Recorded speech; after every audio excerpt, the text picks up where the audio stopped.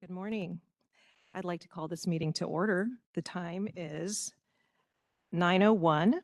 Today is Tuesday, September 23, 2025. This is the first day of a two-day meeting of the Physical Therapy Board of California. Today we are meeting in the hearing room at Loma Linda University Multi-School Complex, Loma Linda University Centennial Complex, the DeMazo Theater, Centennial Complex 24760 Stewart Street, Loma Linda, California 92354. We are also meeting virtually via a WebEx component provided by the California Department of Consumer Affairs. This is an official meeting of business meeting of the Physical Therapy Board. The board's role is to maintain consumer protection and consult with local and state authorities on laws and regulations pertaining to physical therapy industry. We will take public comment on specific agenda items, and at the end of the meeting, there will be a comment section for items not on the agenda. Public comments must be specific to the agenda item that is being discussed. If you make a comment during a specific agenda item that is not related to that topic, you will be directed to hold your comments until we reach the appropriate agenda item. All comments that do not directly relate to an item on the agenda should be held until the agenda item for items not on the agenda. The board follows the Open Meeting Act, so while we accept and appreciate the public's comments, we cannot respond to those comments. We do have a moderator from the Department of Consumer Affairs online to help us today. Individuals listening to the meeting will have an opportunity to provide public comment and will be assisted by a moderator who will be facilitating the teleconference process. For those members of the public participating via teleconference, please wait until the moderator has introduced you before you make your comments. To request to make a comment during public comment period, the moderator will direct you with the instructions. This meeting is being recorded and the minutes of the meeting will be prepared. Can we please have a roll call? Karen Brandon, Here. Samuel Q, Here. Dale Armstrong, Here. Carla Kaloff, Here. Tanya McMillian. Tanya McMillian is absent. All members are present with the exception of Tanya McMillian, and the board has a quorum. Thank you, Brooke. May I please ask Mr. Q to read the board's mission statement? The mission of the Physical Therapy Board of California is to advance and protect the interests of the people of California by the effective administration of the Physical Therapy Practice Act. Thank you. My name is Karen Brandon. I'm the president of the PT Board of California this year. And before heading straight away to item number 4, I would like to welcome everyone here today in person and online, board members, staff, stakeholders, and especially any members of the public.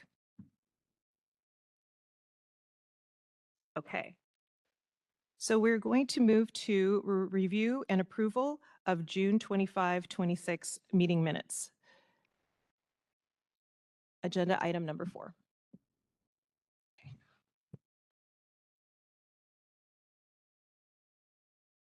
Good morning. Good morning. Is that on? Can you guys hear me okay? No? Let me bring it. Can you hear me now? Better. Yes, okay.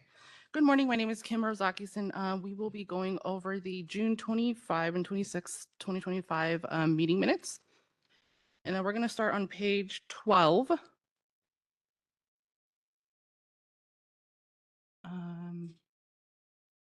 Page 13, page 12. Okay, page 12, line 17. Armstrong was present. Oh, thank you. Page 13. Page 14. I have a comment. Yes. Page 14, line 75. The year needs to be corrected. It says 201. Okay. Page 14, line 95, change explaining to explained. Okay. 105. I'm sorry. Go ahead. Oh, change correct sunset. Yes. Page 15. Page 16. I have a comment. Line 147, put a period after approval and cap approval. Okay. Page 17. I have another comment for page 16, line 162. Okay. I might be incorrect, but there's a word OFER. Just wondering if that's supposed to be another word. Just wondering if you could Okay. check. Order? Is it supposed to be order? Order. Okay. I have Page- another comment on page 16, line 166. Take out of at the beginning of the line. Okay. Okay, page 17. Page 18. Page 19.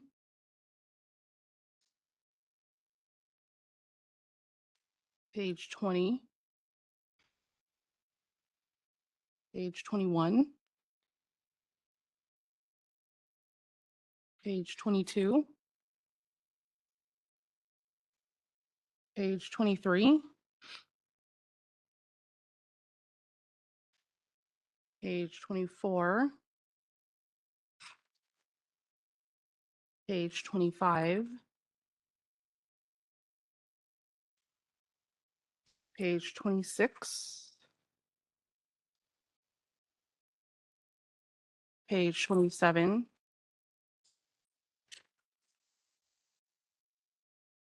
Page 28. Page 29. Page 30. On page 30, line 736, is there a period that's missing at the end of that Yep. paragraph? Page 31. On Yes. line 761, Armstrong was present.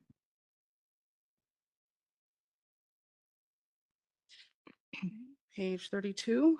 Line 112, put a period after tasks and capitalize so.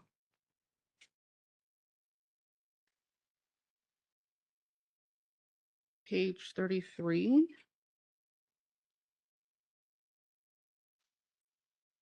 Page 34. 34. Line 877, change Dr. Tala to Dr. Kalaf. Page 35. Oh, sorry, I have another comment on page 34, line 882. Correct the spelling of services.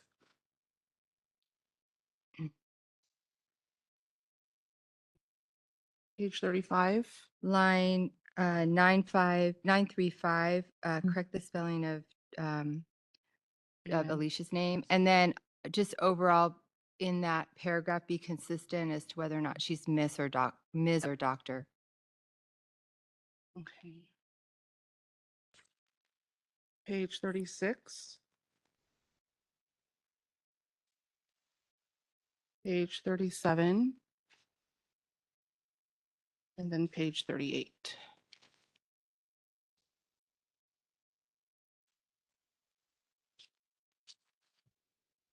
Any more discussion on the minutes?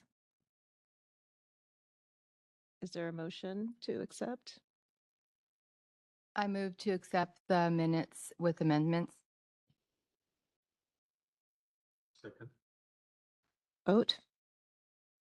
Oh, Vote. public comments? Discussion. Oh, discussion, public comments. Thank you, thank you. Is there any further discussion after these two motion, this one motion? Okay, any public comment on the minutes? Okay. Any public comment on WebEx?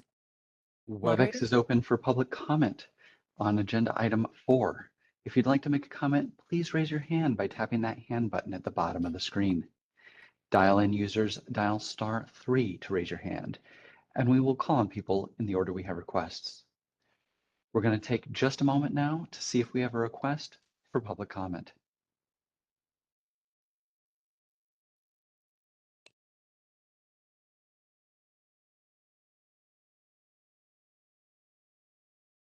Seeing no request, you wish to continue with the motion? Yes, thank you. We'll take a vote now. Karen Brandon, Yes? Sam Q, Yes. Dale Armstrong, Yes. Tala Kidath, Yes. Tanya McMillian. Tanya McMillian is absent, 4-0, motion carried. Okay, thank you. Thank you. Thank you, Kim.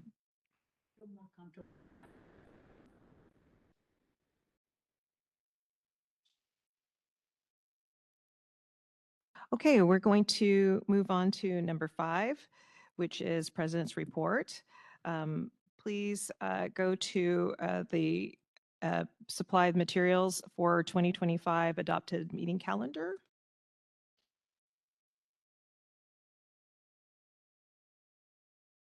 Should be on page 39. So today is our third meeting. We have one more meeting scheduled for December 11 and 12 in Sacramento. Jason, do we have any other changes to the schedule? Some proposals and some considerations. So in light of Sunset and the Sunset Committee's work and being able to report back to the board and the board being able to essentially accept the draft or amend the draft, we need to look at a one-day workshop. And our staff's recommendation would be to have that one-day workshop in October, either the second or third week. And then also consider a workshop date in the second or third week of November. What we were hoping for today is we're going to use a new software called When to Meet, where we can pull you for your availability and it will help line up. But I also want to just kind of fill the water out a little bit for the idea of second or third week of October. Any immediate issues, this would be in Sacramento. It would be a one-day meeting. It's a casual workshop, so we would have it in one of our conference rooms. It would be open to the public and open to stakeholders, but we don't intend to WebEx it or webcast it. Okay, this would be the a opportunity weekday. for the board to come together in its entirety, work through that draft, and it's a single agenda item being the Sunset Report itself. So I'm sorry, it's a weekday, correct? It is. So And- we haven't selected a day in particular, right? So that's what we're trying to kind of figure out and coordinating with the 5 of you as members is what your schedules would allow for, what availability there is.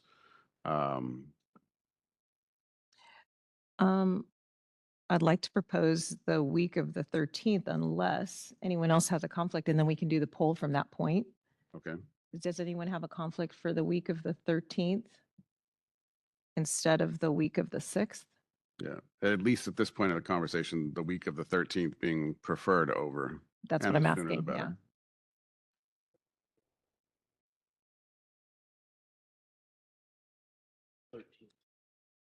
Conflict on the 13th. No, she said the 16th. Oh, you on the 13th, okay. We try to usually hit the target of Wednesday. If the 15th works, we can use that as part of the survey and confirm with our absent member also. Does anyone have current conflicts with the Wednesday? One day in and out? In and out. We would bring you in the night before. No. Start you early and then book your flight late just in case the work runs over. No current conflicts with those that are present? Okay. We'll evaluate that with the member that's absent today. Okay. And also have an alternative Yeah. just in case. And then did you want to consider the same idea for November? Yeah, I have a conflict the week of the 9th, so if there's any chance we could do the week of the 17th, I know that's pretty close to Thanksgiving, but does anyone have conflicts on the week of the 17th? 20th. So, I have a Maybe. Board of Accountancy meeting the 20th and Okay. 21st, so. Thursday uh, and Friday. And Monday, I have Local a or travel? physician assistant board meeting. I'm open Tuesday and Wednesday that week. you are open Wednesday?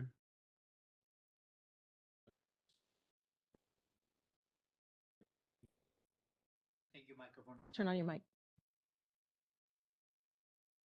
You're not- Tuesday, 18th, I have a conflict. The 19th is good. Yeah, I also have a conflict on the 18th. Is it still possible with your conflicts to make it on the 19th? If you left that night, or Yes, for me. what about you? Yes. Okay, everyone, how about Dr.? Okay, Dale, were you able to travel? Yeah, the my 19th? meeting is at 8 on the 18th. 18th. So if I left right after, would work. Okay. okay, potential 19th, And we'll use that and confirm with the absent member also. that'd be great. Okay, so that's, That was way easier than I thought. well, we got to reach the absent member and see how it goes. Yeah. And I'll touch on it a little bit more in the executive officer's report. So Thank you. So I think that is the end of the scheduled meetings for 2025, aside from any committee meetings that we have, preparing the materials for the sunset. And we have, we'll talk about that in committee item. for the 2026 calendar, again, it's pretty far out. We usually adopt this calendar in December. But if there are any conflicts with your schedules that you can see already, please let us know as soon as possible so that way we can make adjustments. And So we have a March meeting, a June meeting on the books, a tentative September meeting again, Mhm. and a December meeting. I have a potential conflict on December 10th.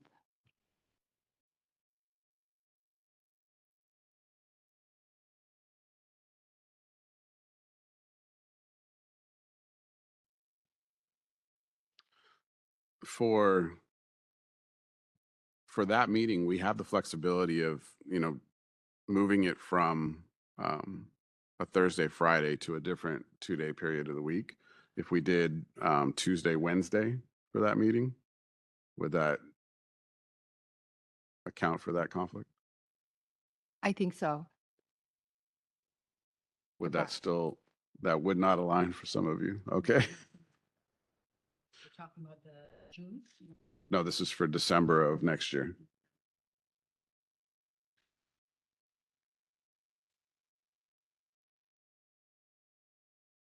Okay. So we can make that as a tentative amendment now, and I will reach out to Tanya to make sure that that's not a conflict with her, and then we will report back at the next meeting Okay, December 8 and 9, and then we can as is proposed currently confirm and then vote on this in December. in December. Sounds good. All right. Let's see. Our next component of the agenda, item 5 is, oh, we can, okay. So we can take public comment on, Oh, do that all together. Oh, I'm sorry. That's I thought you okay. were finishing. sorry, yeah, no, I've got one more. Item C on 5, agenda item 5. I would like to give an opportunity to hear from the committees. We had one committee on the exempt position change for our executive officer, as well as the sunset report committee. And so I'll ask Mr. Cute to kind of outline what the committee has completed up until this point on the APR. Thank you. And all committee has met 3 times, I believe. And during the last meeting, we sort of worked out a timeline and a list of initial items that were discussed that are related to the EPR submission.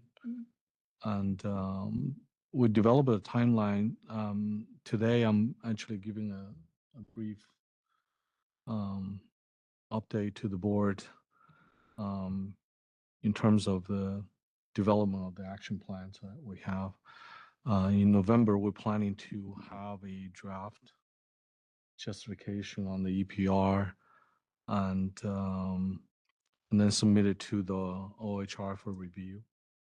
And OHR actually has promised to return that within a week. So that's very impressive. And in November, that when we get the draft out, in December, board meeting is when we plan to have a draft justification for the board to consider and possibly a salary adjustment or level discussion proposal to the board for consideration. And depends on how we progress. I'm pushing for if we can make a decision in the December board meeting would be great. But if not, we definitely would want that to be an approval and vote on the March 2026 board meeting. That will coincide with the EO's evaluation. And I think also the sunset process for the board. We talked about the justifications on the EPR, given the histories of development of the various EPRs. We discussed that the approach for us to generate the EPR justifications this particular time. And we're probably going to be focusing on some of the comparatives of different boards, both within and outside of DCA, boards, committees, and bureaus. And also, we also need to collect information and then present the EO's accomplishment or the board's delegation of responsibilities and how that's been fulfilled by the EO, and address various other issues that we believe that is we as the board wanted to obtain some clarifications in terms of what is more of a definitive status of getting the EPR through, and then the parodies of the EO's designated salary and compensation level. Those are the sort of the contents, the initial contents we discuss, and will probably be in our draft report. And we welcome inputs from others that may have, other issues or other point of view that you want to bring it up. And also, I think one of the things that we wanted to emphasize on is the sunset process that we actually carry through, and how much work it's involved to get that through, and then to sort of self-evaluating process. That's not carried out by certainly all the boards and committees throughout the state. So it's something that it's not only an accomplishment, but a self sort of generated review process that it shows that we are, first of all, dedicated to what we do, and second, to show and identify improvements and achieving our goals and missions for this board. So that's all I have. If you have any questions, please let me know. Thank you, Mr. Q, and the work that you and Ms. McMillan are doing. I know we had a question at the last meeting. That's why we had requested for HR to give a presentation. what is the process after after we submit it? Because I was trying to understand, is it supposed to go to OHR OHR? for review, Uh-huh. yes. And then that would, after that, it would be submitted to the Cal HR and the governor's office. The where the decisions or evaluation process takes place at Cal HR and the governor's office is unclear to us. But it's something that processing wise, there are inputs and considerations being given. And once that approval process is done, the feedback is actually sent back to DCA. And that feedback varies in degree. So I think part of our difficulties in terms of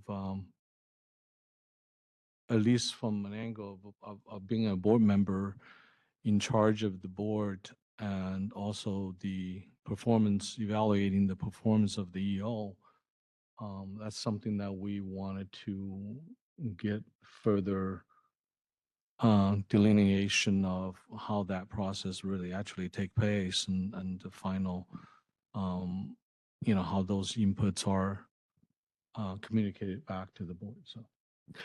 Michael Canotes, legal counsel. Just wanted to maybe clarify a little bit of that. When we talk about these issues, it's important to separate the executive officer position level Mhm. in terms of the CEA level. Um, there are two different procedures that occur during those processes. One is the exempt level change that it looks like we're on our way to submitting. The other is the current incumbent executive officers evaluation, and that occurs, of course, during closed session to protect our current incumbents' confidentiality. But it's important to look at the position level from the perspective of this is the position of the board. We all hope Mr. Kaiser sticks around, but he could resign tomorrow, and so we are really looking at that position and what's appropriate for a board of this size, scope, work.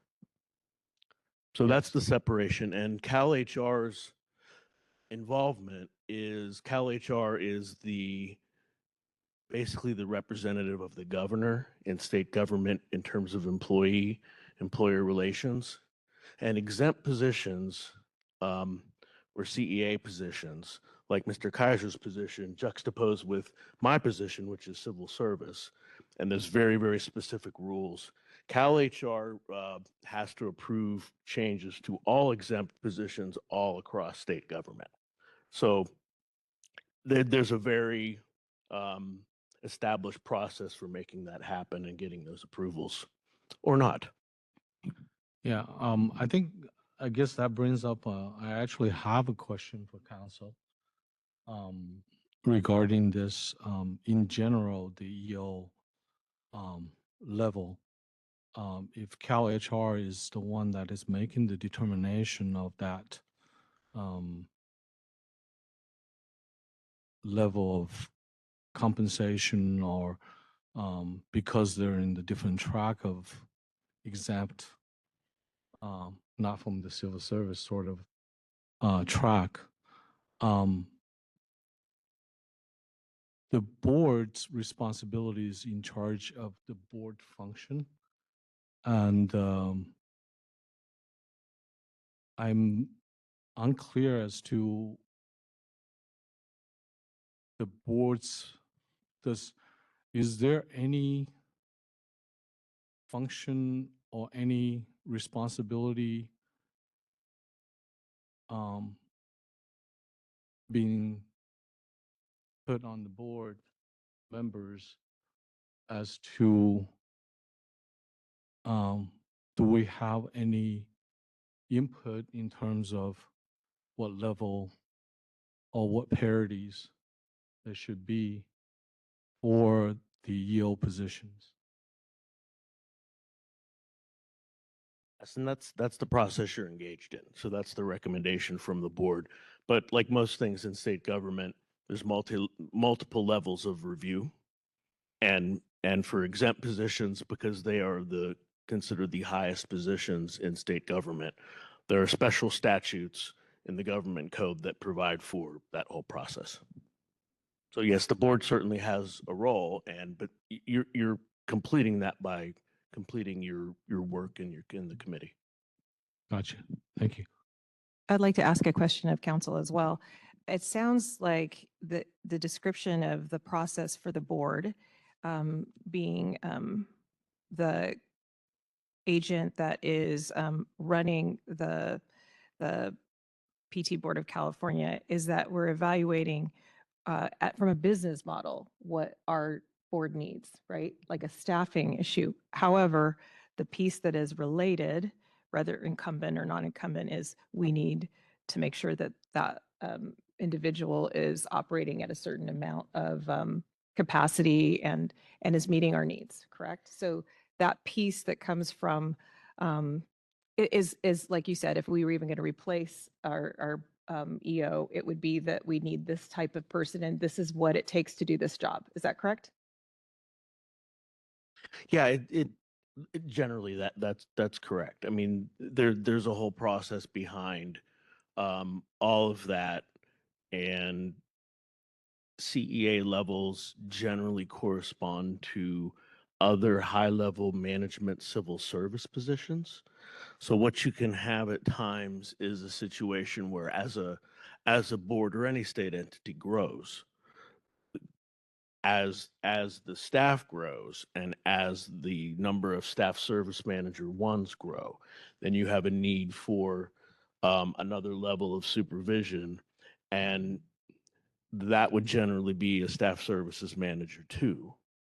There are actually some larger boards so there's a staff services manager 1, 2, and 3. There are probably some 3s around. But then there are also some larger boards who have exempt CEA positions for things like the enforcement manager. It just depends on the size. So the bigger the size, the bigger the organization. Ultimately, you want to be able to recruit good talent into your EO position and your other positions. But does that answer your question?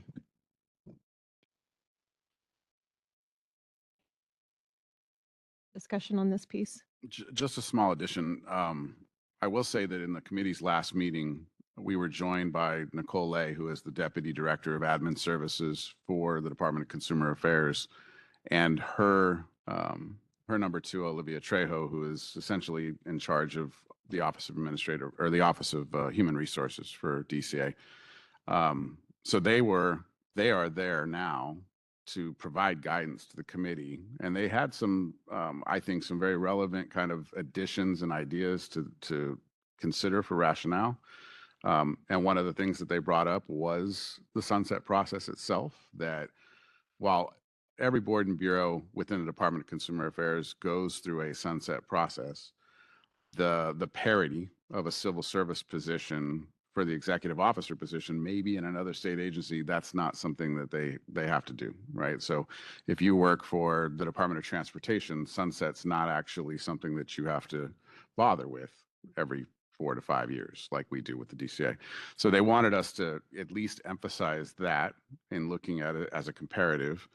I appreciated that. It's the first time that I ever had anybody say, you should get some credit for going through the sunset process, because it's a demanding, report-driven, self-substantiating, this is why we shall exist kind of thing. And similar to the sunset report, right, we want to write as substantive and as representative of our situation as possible to continue the existence of the regulation of this profession. And they made the comparative of in your EPR request, the more compelling of an argument you can make for the change of a classification, that much the better. So I appreciated that. I appreciate the acknowledgement of both from Mr. Q and from Ms. Lay of the nature of the exempt positions being at-will positions, because there's some inherent risk in that also based on performance. We don't have the same civil service rights that we would have typically. And so she asked that we, and Mr. Q also acknowledged that that should be part of the consideration in the report. I also think that in the last couple of years where we've been successful and we've changed classifications, we wrote very strong and compelling justifications. And I think this time around, we actually have the tools at our disposal to go a little bit broader in our comparatives, where we kind of centralized in our most closest Venuses in healthcare, the Board of Psychology, the Board of Behavioral Sciences, that kind of thing. Now we can compare data essentially across the whole spectrum of DCA and identify, based on complexity of regulation or licensing population or size of budget or position authority, where we are in kind of a gradated scale to create that visual. So thanks to DCA's HR shop for that. Yes, thank you. I'm glad that they're assisting us. If there's no further part of that committee report, I'd like to go on to the second committee report. And, oh, I was going to do it at the end. We'll be doing it at the end of the item. Yeah, for members of the public, we're going to be Our at the end committee. of the item soon, and we'll be doing public comment then. All right. So the other committee was the Sunset Review Committee support from the board members. And I'd like Dr. Armstrong to give a little bit of information about our process. The Sunset Committee has been reviewing the report and making recommended changes on teams. The committee has met 2 times, once on August 20th and the second time on September 10th, and we'll be meeting again in October. And then Karen and I have met virtually just to discuss proposed new issues. So I think it's a good thing to bring up some, like maybe 1 or 2 of the proposed new issues so that the current board members can start to process a little bit of what we might be bringing in October as well, and get some background on it or any feedback or input. Do you want to go over those? You could start with the ones that you have on.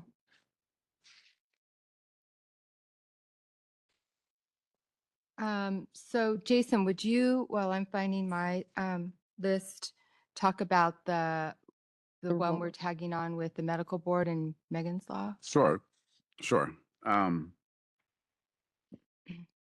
So that's a staff recommendation that we've kind of kicked around. We have just the one recommendation to identify as an issue, and we're still working on the draft language itself, but in concept, we've identified an inconsistency in the petition for reinstatement authority of a previous licensee as compared to our application for licensure authority for a new applicant. So for new applicants, BMP section 2660.5 reads as follows. Denial of a license in specified circumstances. Specifically, the board shall deny a physical therapist license or physical therapist assistance license to an applicant who is required to register pursuant to section 290 of the Penal Code. This section does not apply to an applicant who is required to register as a sex offender pursuant to section 290 of the Penal Code solely because of a misdemeanor conviction under section 314 of the Penal Code. Section 290 is known as the Sex Offender Registration Act. It's also commonly referred to as Megan's Law. Penal Code section 314 is the section that covers indecent exposure. And so there's a carve out there from having to register as a sex offender. But if it is for indecent exposure, that wouldn't be that kind of shall deny authority. 2660.5 limits the board's authority to review an application for licensure for those that are required to register as a sex offender under 290 and states that the board shall deny that application. Essentially, the legislature has said in those instances, the board does not have the discretion to look at the qualifications for that applicant. The sole existence of them as a sex offender disqualifies them from licensure. But unless the registration is based on a misdemeanor conviction of indecent exposure, and then the board itself could assess the conviction and determine if the charge is substantially related to the duties of a PT or a PTA and may deny the application if appropriate. So that discretion is still applied in that instance. And here's where the inconsistency occurs. If the board revoked a licensee for a 290 sex registration offense, or the subject received a sex registration conviction after revocation for some other action, a petition could be submitted after 3 years, and even with the requirement continuing for Megan's Law registration, the board would have to hear that petition. While we've identified this as an inconsistency, it could also be an unnecessary administrative burden and use of resources. We would process the petition, conduct our background check, and schedule a petition hearing for the petition applicant to come before you as the board while still being a Megan's Law sex offender registrant. Further, if you as the board denied the petition, that petition applicant exercising their due process rights could wait 1 to 2 year period to apply again and potentially go through the whole cycle of the petition process again, even again, while still being on the sex registration list. The consideration that the petition applicant currently enjoys is not consistent with the spirit of section 2660.5 that is provided to new applicants. And we think that's incongruent. We would like the ability in that situation to apply that same spirit of 2660.5 to a petitioner who is still a registered sex offender. And that would require legislative change. Something unique to our board, or is that something that across the healthcare professions boards is being implemented at statute? I haven't seen this specific language. I've seen broader language that I think somewhat encompasses this. Some of the other boards through the recent sunset processes have asked to amend their legislation when it comes to petition for reinstatements, but some of their ideas are a little bit different. Some of them would like to extend the time, meaning right now it's 3 years, but for the purposes of certain offenses like sex registrants, their proposal is to extend the petition deadline to a 5-year, meaning that they couldn't come back to petition for reinstatement until 5 years after revocation. I don't think that addresses the issue of them still being a Megan's Law registrant, but I think it would, it might address some of the issues that they have with reapplication for a petition, meaning that they're seeing the same petitioner year after year and still making the same determination. Another consideration that I've seen of late and proposed in sunset language by boards is the idea of charging fees for the petition of reinstatement itself. Staff and I are still kind of looking at that as an idea. Petitions themselves are actually very expensive. A petition that comes before the board could be in upwards of $10,000, right? By the time we calculate labor, the Attorney General's cost, the Office of Administrative Hearings cost, and hiring of an ALJ and a court reporter and all those kind of things, that can be very expensive. And right now that's being shouldered by the renewal fees of the licensing population. In that consideration, I'm also very cognizant of not creating this kind of unnecessary barrier to due process by attaching a price tag to it. For that matter, another good comparative would be the application fee for a new applicant. While I consider it to be reasonable, does not always or necessarily cover the cost of the application process. If I have an applicant who has criminal history and we expend a lot of resources into investigating that criminal history, that also is bared by the licensing population. The application fees in regulation are something that you have to actually look at and do an assessment of the actual labor, time, and resources used in processing of that single application. If I tried to use that same concept in assessing a fee for the petition, that could get really expensive really fast. But looking at something that might be more reasonable and saying that it is equal to or similar than that of a new applicant, we would still have a way to recuperate some of that cost. I also think that it might serve as a deterrent for some of those petitions that are petitioning solely because the administrative window of time has opened. They may not have rehabilitation or remediation criteria to present. They might petition before this board and be denied, and then come back before this board next year and be denied. And, you know, and that incentive of having to pay, or disincentive of having to pay an application fee, while it's not intended to block them from their due process right, might help to shoulder the costs of those situations. So essentially kind of two things. One is that change in the petition language that is in regards to Megan's Law in particular, and making it more congruent to that idea of the authority for a new application for applicant. And then again, we're still looking at the idea of what a fee might look like for a petition. My question, Megan's Law is forever, correct? No. It doesn't run out, or when is it ending? So Megan's Law, in a criminal court, if I understand correctly, you can petition anywhere from 3 to 5 years after, but it's a very similar situation. You have to have rehabilitative criteria to have yourself removed from the list. And I think everyone can imagine the more egregious the offense, the harder that it is to prove that you've rehabilitated from it, or at least the comfort of the court would be the longer that it takes, right? We want a more established period of time of that rehabilitation before we're willing to remove your name from the list. But it's not permanent. It can be removed. I think for us of interest and of concern is those cases where we might have, even as a sexual misconduct case that comes before the board between a practitioner and a patient, that results not only in the revocation of the license, but even criminal prosecution. And that criminal prosecution requires them then to become a sex offender. 3 years after the revocation, they can now petition before this board. And it's not to say that I don't think that there's a world that I can imagine where someone would have rehabilitated in that period of time.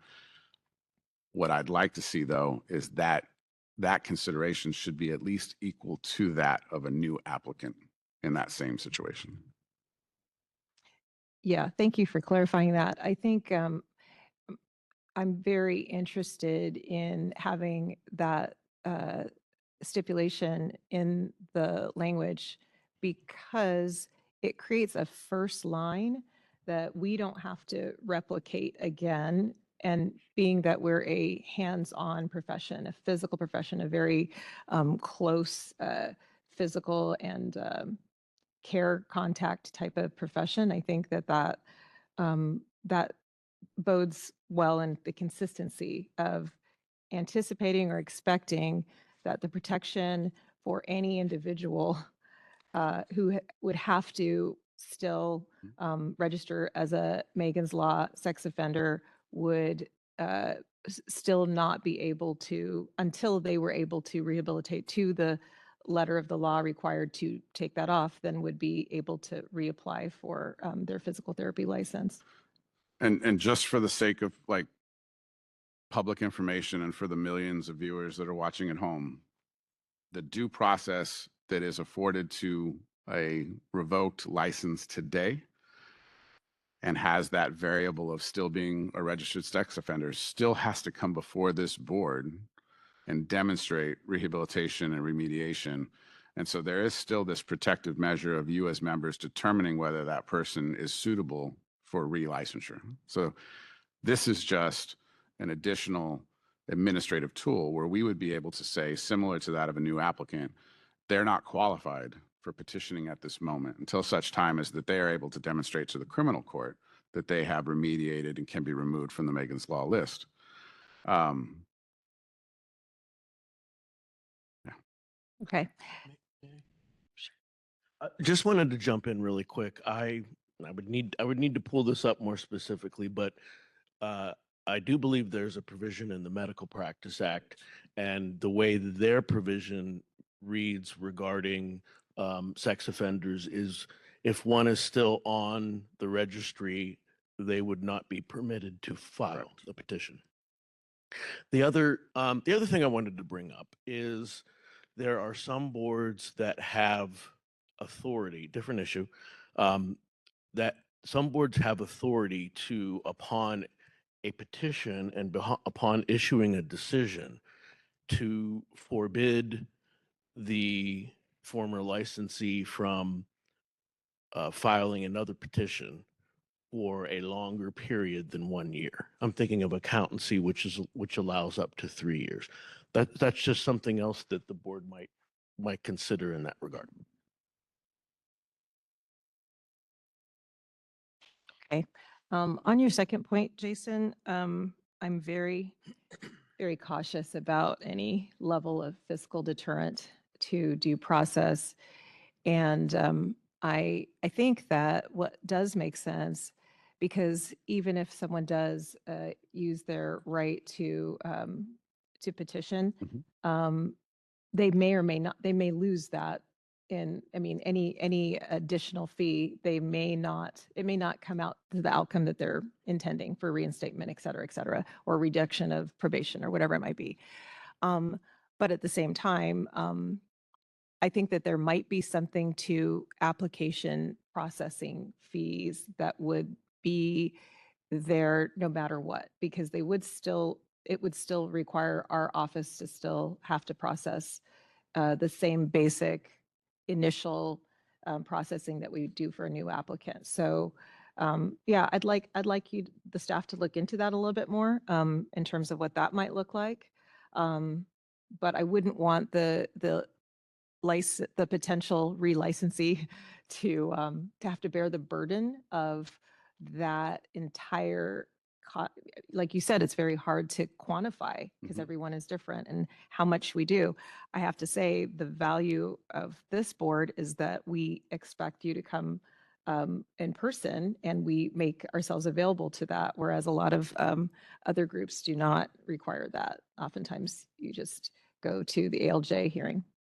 We'll certainly take a deeper dive and look at it, from a statistical perspective, how many, petitions we've addressed over the last 5 years, and an estimated, anticipated cost of what a petition will be moving forward into the future. And I agree. I don't think, again, I'm not a fan of the idea of attaching a price tag to someone's due process right, but to a certain extent, we are already attaching a price tag to a due process right for new applicants to apply to become a licensee. And if I just use that as a threshold, I think that that's a very reasonable approach, especially if we're able to substantiate that it's a very minimal fraction of the actual costs that the board expends in a petition hearing and the processing of a petition. So we'll bring that forward. Thank you. Dr. Armstrong, do you want to share any of the potential new issues? So the potential new issues, as I kind of list these, we need to discuss whether or not they're just staff and PT board work or whether or not they're really new issues.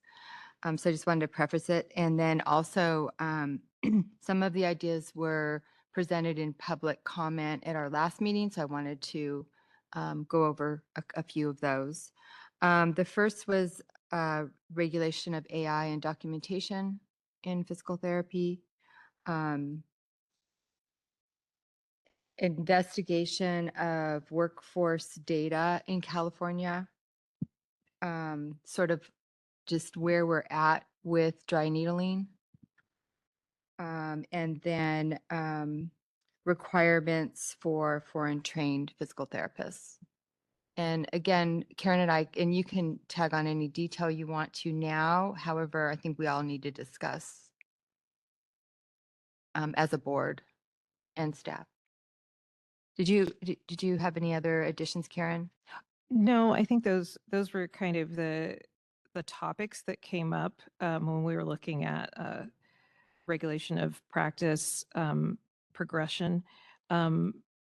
We don't have a format for the AI documentation comment, but in discussing with the AEO a little bit of the language going forward with the Sunset Review report, I wondered if there was a section that could say, we would like the staff to look into models for evaluating specifically consent for use of AI in physical therapy documentation.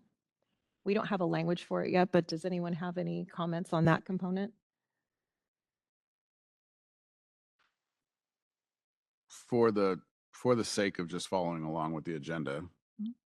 we're still in like the committee report out Yeah, now, yeah. but So agenda that's fine. number 9, we can have a much more. We can get, yeah. So those are the items that we were discussing, and we can put it into the next component for, let me see where that line is.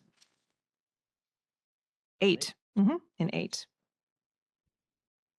Or in 9, actually. Okay. All right. So is there any further discussion on item 5, the calendars and the committee updates? Okay. All right. I would like to take public comment then for items under agenda item number 5.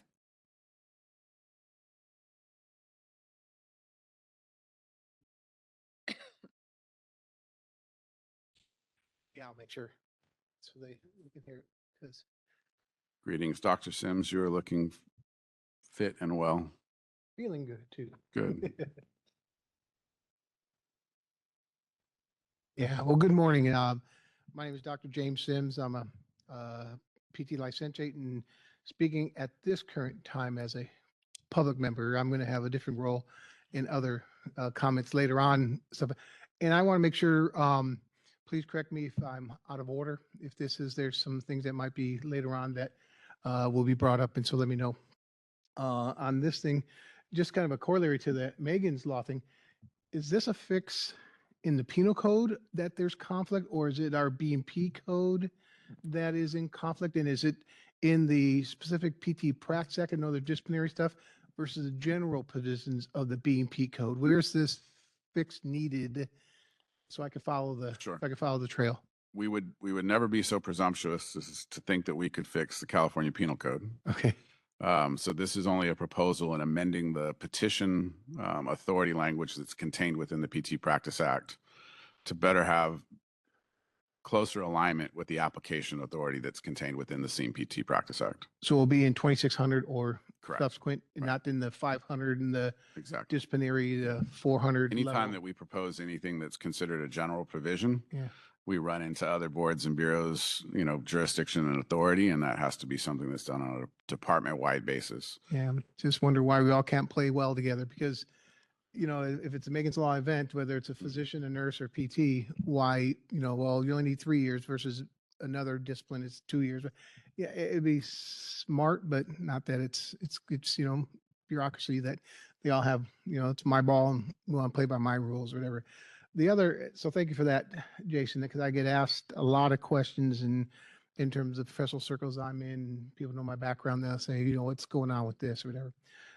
The second thing, and really my initial reason for wanting to speak is on 5A, the adopted meeting calendar. When will the agenda for that? Is that at this juncture or at the end, item 14 for public comment where items might be considered for agenda? There's an issue that I want to make sure gets at least attention. I was hoping that maybe it would have attention this board meeting, but it got kicked down the road, unfortunately. And so is that a time now? Or am I out of order asking for that? So this is public comment. The board's not going to engage in a colloquy back and forth with members of the public. So you can state your public comments, but this is not a period where we're going to be discussing those issues. I'd suggest you contact staff about those. I'm not What, understanding well. I'll simplify. What item would you like to have addressed and when? You can include that as part of your public comment. The elephant in the room, no pun intended, animal physical therapy. And I think back in March, the Animal Physical Therapy Coalition wrote a letter asking to have nothing more than probably the equivalent of a workshop. You know, there's a bill, and again, I hope I'm not out of order because I know we're going to talk about those later. Yeah. Okay, but it's the rationale for my asking though. That's the reason why. I'm not going to comment on it or ask for comment, but there's a board member that didn't have enough information to make an intelligent decision on it. And I don't know if the board has been serviced on it yet. Sir, your comments are out of order. Please continue with comments on item 5. Could you if tell me have more. when I would be appropriate to bring that up? Or during Okay, that's what I thought. matters that aren't on the agenda. Right. I didn't want to be like, well, you should have asked earlier and now you can't and the door's closed, so you're out. So I just wanted to make that sure of And, that. and So just thank to you. add to that, there's the specific agenda item, at least in the context you provided, items for a future board meeting, right? Always towards the end of the meeting, we're always looking for public input of what we'd like to see at future meetings, and that's the perfect time also to make that request. Okay, good. And thank you, Michael. Appreciate it.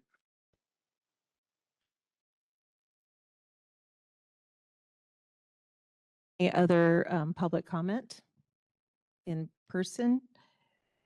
Not seeing any. I would like to go to the WebEx for public comment. WebEx is open for public comment on agenda item 5.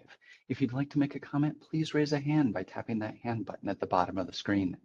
Dial-in users dial *3 to raise your hand, and we will call on people in the order we have requests. We're going to take just a few seconds to see if we have a request for public comment.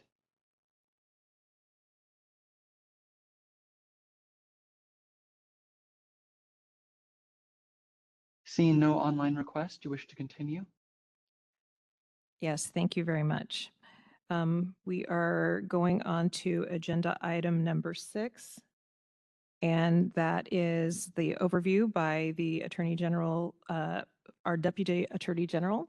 John Gatchett is here to do a process review and summary for the board on the legal process for disciplinary actions. Madam President, would it be possible to just do a 10-minute recess? There's some Oh, we tech need that to we set have up- to arrange for their presentation, and I think right at 10 o'clock is great for a bio break. I will allow that, and that means that we will be taking a 10-minute recess, getting back at 10:14.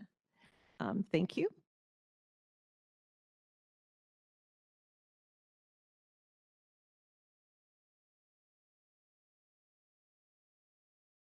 Okay, welcome back from our recess.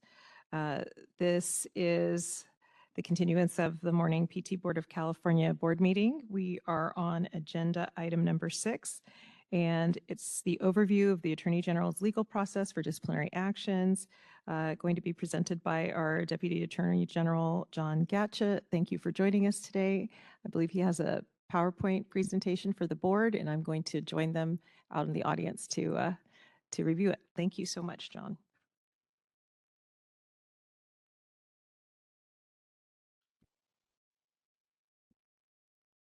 All right. Good morning. My name is Deputy Attorney General John Gatchett. A little bit about background about myself. Went to college, University of Pennsylvania, graduated in 2003. I went to the McGeorge School of Law, graduated in 2006.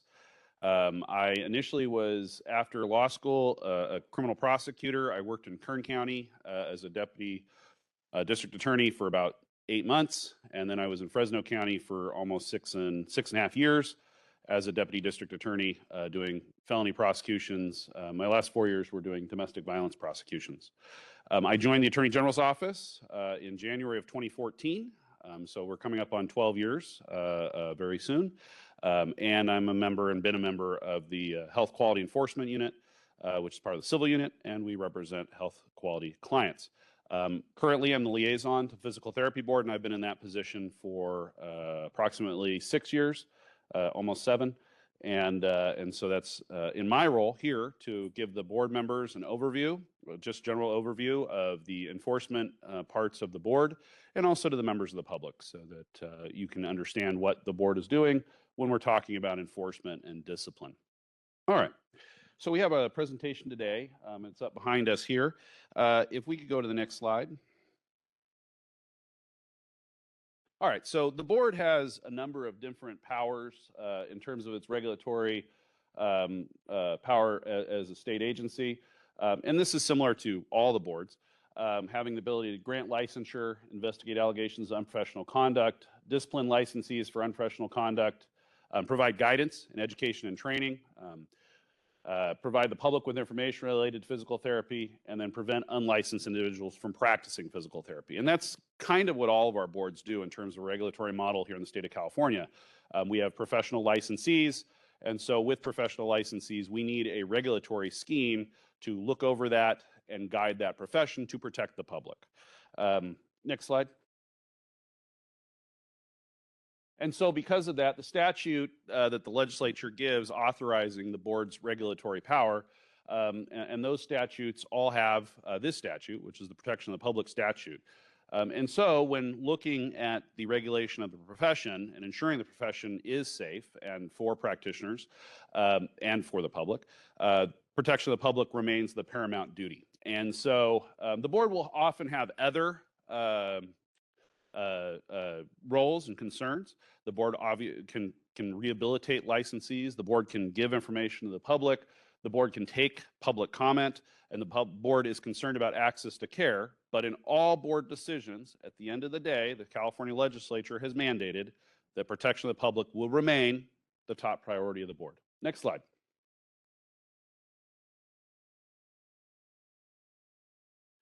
And so when we're talking about the duties as they relate to the board, just generally, we have a number up here, right? We have the general administration of the board. That's what you're doing today. You're having a board meeting to talk about what the board is going to be doing. You're talking about rulemaking, which is related to the sunset review.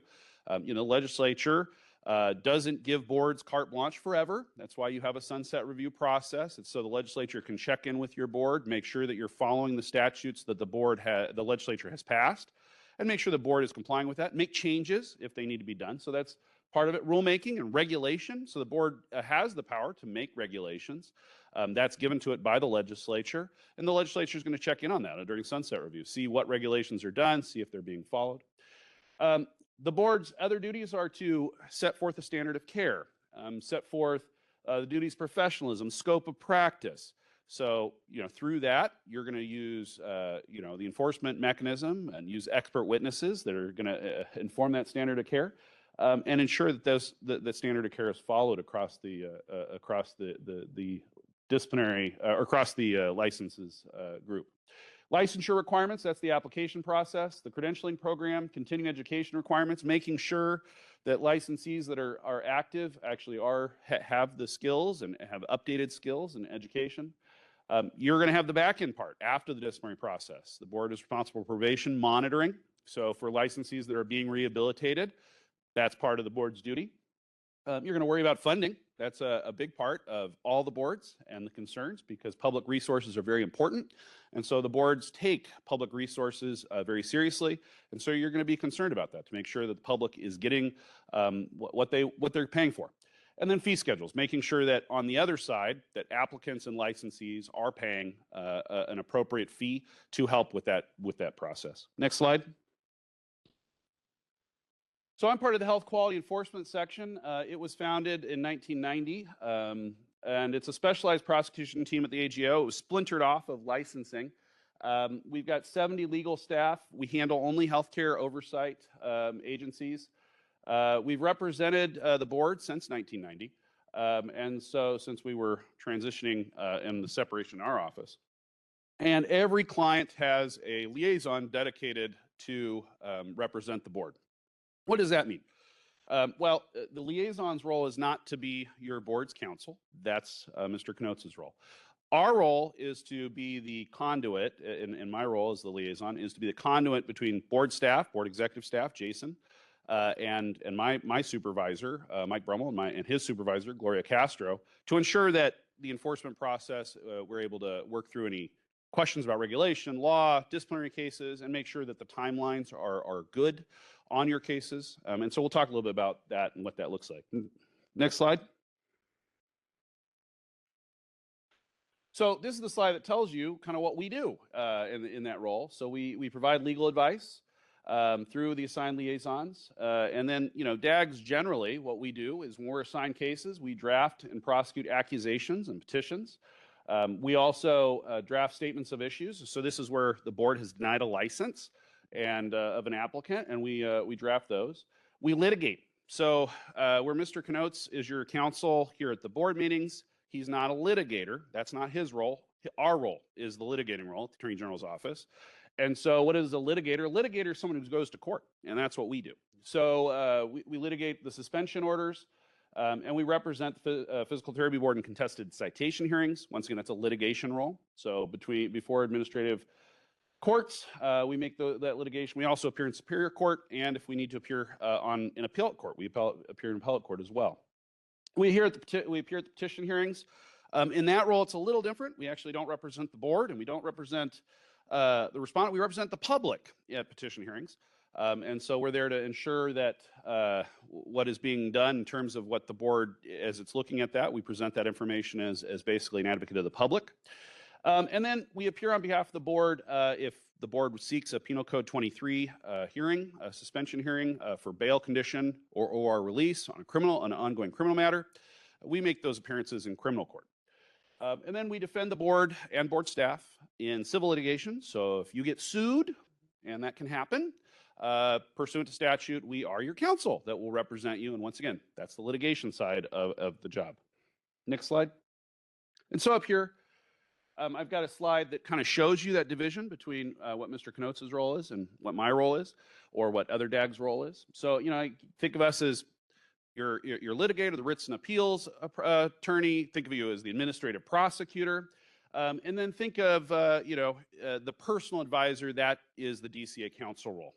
The legal guidance on boards in decisions, the back when you're in closed session, the person you can rely on in that moment, and then here at the board meetings to provide you open meeting law. I don't know the open meeting law, so I wouldn't be able to help you in that. But I do know litigation, and so that's where I come in. Okay, next slide. As you're, understanding, especially for the board members that have doctorates, this is a professional license. It very much has a large educational component. It has been defined by the California statutes and by the legislature as a professional license, which means that in order for a license to be revoked or suspended at a disciplinary hearing for a licensee, means that the burden of proof on us is clear and convincing evidence. That's a high burden of proof. Other vocational licenses, non-professional licenses, have a different burden of proof. But for us here in the Physical Therapy Board arena, we're going to have that higher burden of proof, which means, as we're going through the disciplinary process, that we need to ensure the evidence that we have on any case when we file an accusation meets that burden of proof. Next slide.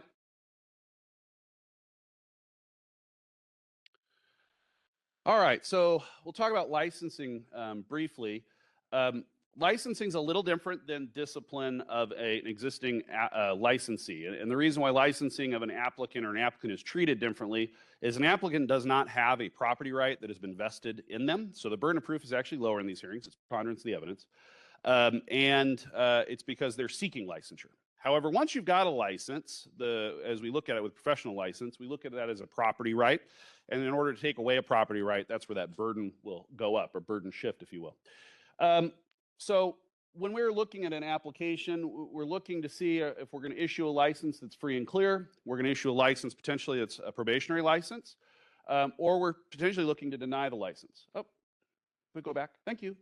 And so when we're doing that, those are the board may do those three things in any application process. Staff will obviously be your point person on that, and they'll be the ones going through that process.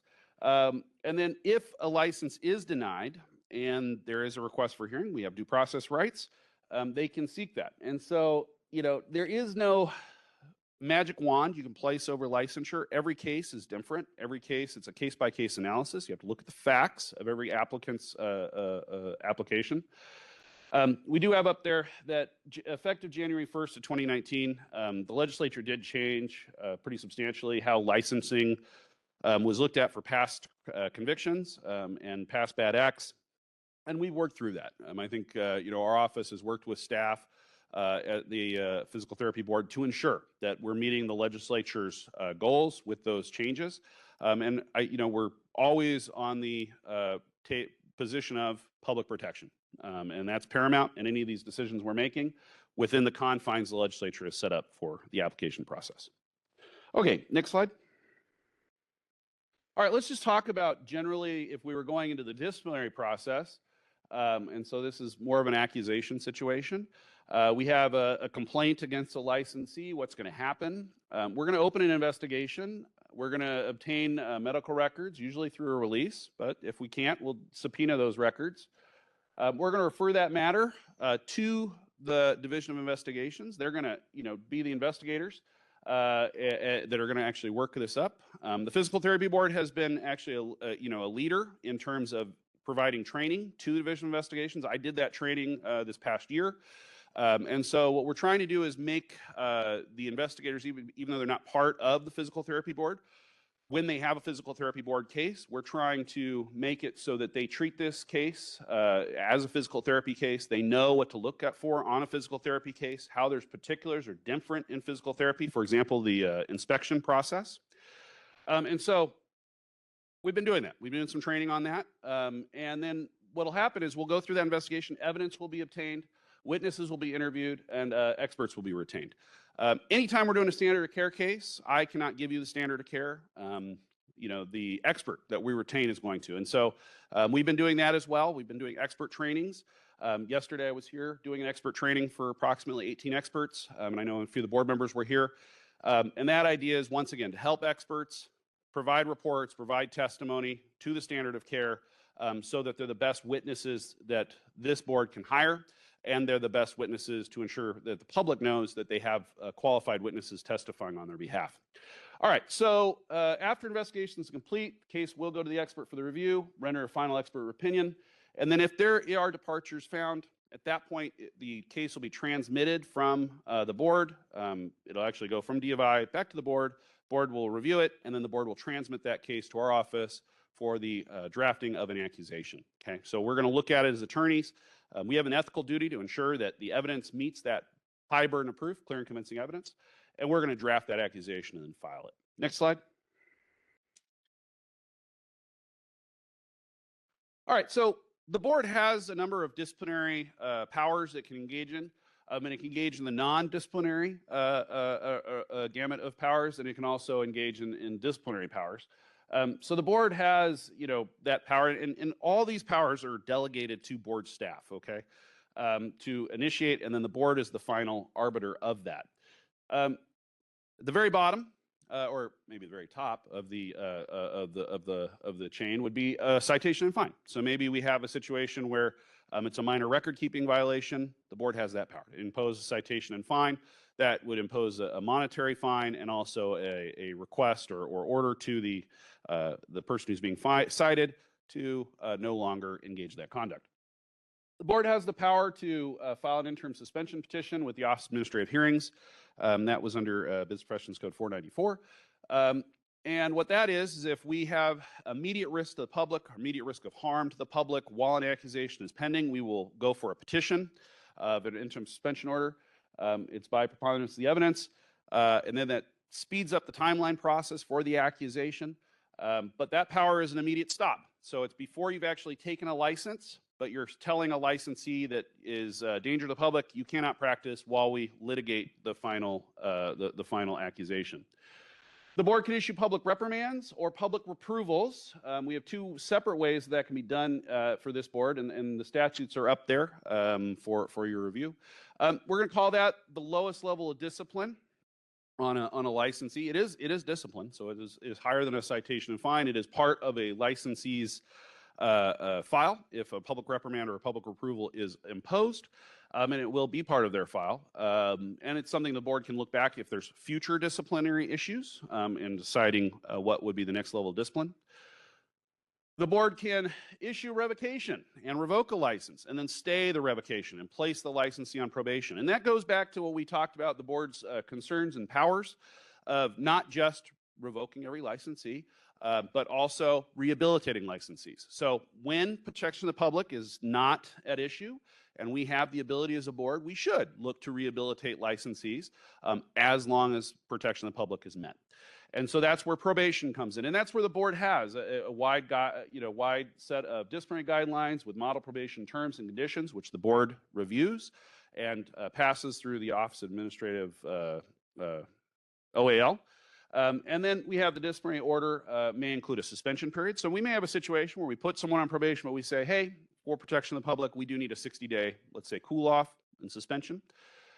Now, there are situations where probation is inappropriate. Protection of the public demands that we go beyond that. And so in those situations, the board's power, you can accept a license surrender, or you can proceed and revoke a license. That is the highest power that you have over a licensee, is revocation of a license. Next slide. So we've got a lot of people that are part of this process as we look at it, holistically. We have the executive officer. That person is the complainant, and that's the person that signs our accusations, signs our statement of issues. That is Jason Kaiser currently. And he is a great executive officer for the board. He is very pro public safety. And so we have HQE, that represents the complainant. Well, that's me. I represent Jason Kaiser when he files an accusation. And that's our role, to be the prosecutor. We have the respondent, we have the applicant or the petitioner, and we'll talk about respondent here. That's a licensee exercising the due process rights. Every licensee has a right, as soon as an accusation is filed, to file a notice of defense. And that starts their ability to say, no, I would like a hearing. And we believe in those due process rights, and we take those notice of defenses and we process them. We have the respondent's attorney, who is there paid for to defend and protect the respondent through this process. And that person is their counsel. That's the person that is in an adversarial system like we have in the United States. That's the person that I'll be going against in court. We have an administrative law judge. That's the hearing officer. The hearing officer is the person who's going to be a fact finder, an initial fact finder. The executive branch has set up an independent agency to hear administrative procedure hearings. The Administrative Procedure Act was designed, 60 years ago, to remove administrative cases from the Superior Court. That's where they used to be. They used to be in the Superior Court, but it was overwhelming in terms of how much, especially as we had rapid growth in California. We have a large population, and we've got a lot of licensees. And so in order to process those, it was set up to have a large, a system, and that's the Administrative Procedures Act, and that's where it lives in the government code at 11,500. You can read those. It creates a tribunal with rules and regulations such that these hearings can be heard. All right, we have board members. Hey, that's you guys. The board members are the final arbiters on any administrative proceeding. So an ALJ writes a proposed decision. That proposed decision then comes to DCA Council and you as the board, and you have the opportunity to either accept that decision or reject that decision. And that's all set forth in the government code as well. You have DCA Legal Counsel. We've talked about the role of DCA Legal Counsel. And then finally, we have a Superior Court judge. When does that come into this? That comes into this if you accept a decision, you issue a decision in order, every licensee still has an appeal process. There's still a due process right to that. They file something called a writ. We use big words like writ and things, but we can think of it commonly as an appeal, right? You're reaching out to the Superior Court to make sure that the board actually followed the law as it's written. And beyond that, it's not up here, but if the Superior Court judge's writ, let's say the mandamus writ denies the petition to overturn the board's decision, there's still another appeal process. You can appeal to one of the appellate level courts here in the state of California and seek that appeal as well. And it's something called an appeal. So that's what we got there. Okay, next slide. All right, we talked a little bit about the investigative process. This is generally the administrative process. So if you're not real familiar with how this kind of goes, so this is after that case transmittal we talked about. It arrives at the AGO and the an SDAG. My boss would be Mike Brummel in the office, but any SDAG would review this case and look to see if there's sufficient evidence to recommend the filing an accusation. At that point, we will assign that case to, after that initial review, to a DAG, a Deputy Attorney General, myself or one of my colleagues, and that person will then do a final analysis and begin drafting an accusation. If we are drafting an accusation, we're not sending the case back. That means we're going to draft a pleading, and things that could be, possible, things that we deal with commonly are alcohol use, sexual harassment, quality of care. We will file that accusation by giving it to the board through board staff. Jason will review it with his staff, and then Jason will sign it and file it. Okay, at that point, the pleading is now public. The investigation will now no longer be confidential. That will change the confidentiality. So up until that point, the entire investigation was confidential. But at the point we file an accusation, the investigation is no longer confidential because we'll be providing that information as part of due process to the respondent that we're filing the accusation on. Respondent can do a couple things. Respondent can ignore it, and that will end up with a default, which means at that point, the board can issue a decision and order without any further process. Or the respondent can decide, no, I'm going to file a notice of defense, and he can contest the accusation. We've served the accusation on the address of record. That is why it is very important by statute that licensees update their addresses of record. That's what's required of the law, that licensees keep the address record updated for service. If they file a notice of defense, we're going to exchange discovery, and we will go through the process. And that process may involve settlement. The board will provide us with a settlement offer that we will convey, and we'll have a negotiation process, or we'll go to hearing. A lot of our cases do settle. That is true through something called a stipulation that you, once again, as a board, have the final ability to adopt or reject. If we go to hearing, well, we talk about that board review of all final decisions. And then finally, down below, as we talked about, with the appeal process, that writ process, we have the Superior Court review. Next slide. Quality of care cases are a large portion of what boards do. And this is where experts are so important. And so these are kind of the areas that we're looking at when we're looking at a filing an accusation. And we're looking at the expert report. What is the standard of care? Is it articulated well? Can I understand it as a lawyer, being able to present it to an ALJ that the expert has come up with? And then in terms of the standard care, what are the calls that the expert has made, whether that's incompetence or lack of knowledge, simple negligence, gross negligence? And then, the board has, and the legislature has in this practice area, set forth robust statutes and regulations that require for the standard of care, record keeping, topical medications, direct access. And so all of that is part of the standard of care, and that's all been mandated by the legislature and by your regulations. All right, next slide. All right, so some of the areas that this board deals with and that we've seen in our cases are convictions, sexual misconduct, use of alcohol in a dangerous manner, misleading advertising, fraud, dishonesty, standard of care, so quality of care issues with patients, incompetence, poor medical record keeping, violation of bloodborne illness protocols, Moscone-Knox Corporation, Professional Corporation Act violations. As professional license, if you are in business, you have to follow the dictates of the Moscone-Knox Professional Corporation Act, and this board has the authority to enforce those. Violating direct access requirements, and then mental or physical impairment. Unfortunately, we do have licensees that do suffer at times from mental and physical impairment, and it is contingent on this board to ensure that if they are, that is not risking patient safety, and that's one of the important parts of that. And we're gonna have that on another slide. Next slide. All right, burden of proof comparisons. This just gives you an idea of kind of where we live in terms of burdens of proof and how they are. We talked a little bit about this, but criminal court, you've heard or seen on TV, or if you've been part of criminal court, that's the highest burden in the law. That's beyond a reasonable doubt, because we're taking away a liberty interest, a life or liberty interest. Civil court proceedings, we're taking away a monetary interest. That's preponderance of the evidence. That's your civil court, your tort. And then we have administrative proceedings, and as we talked about, this is a professional license, so clear and convincing evidence. Preponderance of the evidence does apply to some other areas, and that may be a statement of issues or a probation revocation. Petition hearings usually is actually clear and convincing evidence on the respondent to prove that they should have either termination of their probation or reinstatement of their license. Okay, next slide. This was interim suspension orders. I touched this briefly. This is where the board has the authority, and it would be Jason with that authority to file an interim suspension order petition. with the Office of Administrative Hearings, and it could also be heard before the full board. I don't think we've ever done that, at least in my time I've been here. But we have done it for the administrative law judge. We present evidence, we present declarations from an expert, we present police reports if it's a criminal case, we present other evidence as well. ALJ reviews it, and then we have a hearing on it. It can be done on an ex parte basis. Ex parte means we just appear, they don't appear. And then if it is granted on an ex parte basis, they do have a due process right to a full hearing, and then it would go to a noticed petition hearing.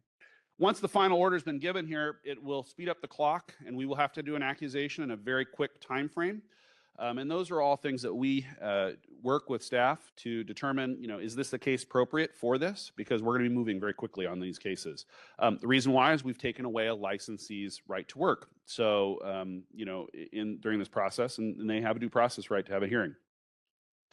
Respondents can stipulate to an entry of an ISO. And that has happened, especially with respondents that, where we've had dementia, unfortunately, and we've filed a petition and they've realized, there isn't really a legal basis to fight this. They recognize they have a dementia issue. And in that way, the board is protected, the public is protected. And so we can enter sometimes a stipulation on those types of cases. All right, next slide. Here's 820. Mental and physical impairment impacting. The board is authorized to take actions that pose an immediate risk to the public that may represent an immediate threat to public safety. 820, mental impairment, physical impairment. When we're doing these kinds of reviews, we're petitioning for this. We do this through a petition with the board issues an order, and then we can have an order to have someone mentally evaluated. This is outside of the disciplinary process. This is considered an investigative process. And so it's something that we do. It remains confidential. The statutes are all set forth on what it involves. But it could be a situation where something's come up and said we need to see if someone's physically or mentally impaired to practice. Next slide.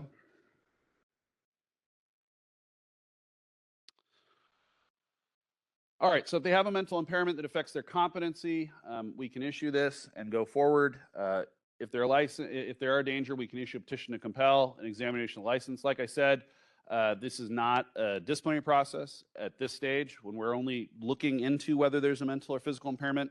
At this stage, we're doing an investigation process, and we'll keep that confidential. If an expert comes back and says, no, there is an issue here, at that point, we would file an accusation. The board has delegated authority to Jason to file the orders and sign the orders for examination, and that allows for a quicker response.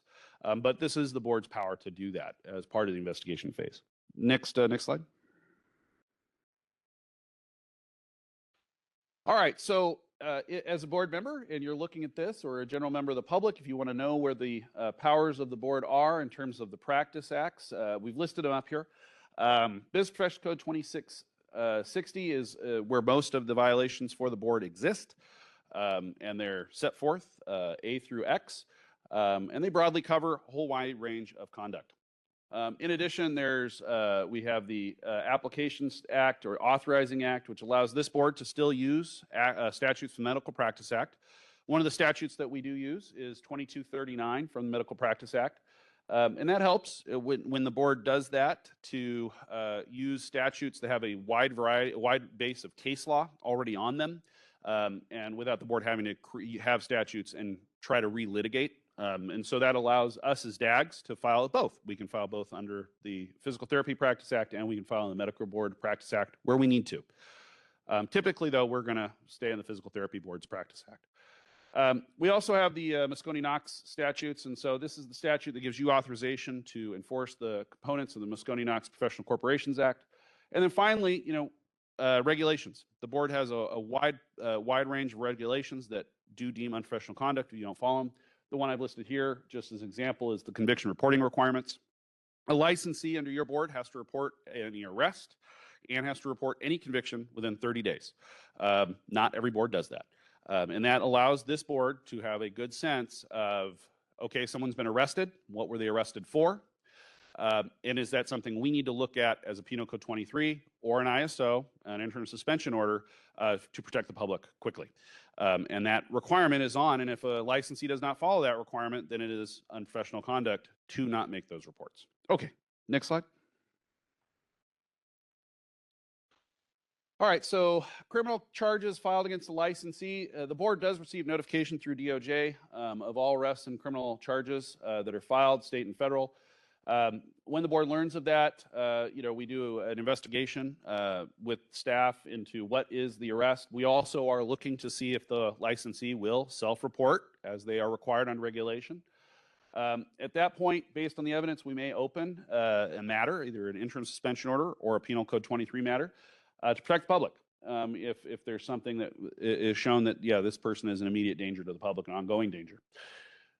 PC 23 is either a bail or own recognizance request. That comes from a Superior Court judge, has the force and authority of a Superior Court judge behind it. So the board is not so much having the power to issue that order. What the board is doing is seeking that petition with the Superior Court, and the Superior Court is the one that enforces a PC 23 order. And then the board also has that power under PC 23 to do that at a criminal sentencing as well. All right, next slide. All right, so when we have a criminal case and we're looking at a criminal case for whether or not to impose discipline, we're looking for some buzzwords in that. Is it substantially related to the qualifications, functions, and duties of the licensee? That's what the regulations say. That's what the disciplinary guidelines of the board say. And so those buzz lines come through the court cases of qualifications, functions, and duties. So when we look at any criminal arrest or any criminal conviction, we're looking to see, does that impact the qualifications, functions, and duties of a licensee? Your regulations state that such crimes or acts include, but not limited to, violating the Physical Therapy Act, Medical Practice Act, and convictions of crimes involving fiscal dishonesty, which is a pretty wide net. But those are the buzzwords when we're looking at a conviction in terms of the impact it has on an administrative case. All right, next slide. No contest will be treated as a guilty plea for licensing purposes. And then we would note that in the criminal context, a licensee would have a criminal right of against self-incrimination. That right doesn't necessarily flow to the administrative arena. And the reason why is we're dealing with different interests, right? You're dealing with a license interest, so that's a property interest. The criminal arena is dealing with a liberty interest. The Constitution protects someone when a liberty interest is involved in the Fifth Amendment. The Fifth Amendment does not apply necessarily to administrative proceeding in this sense.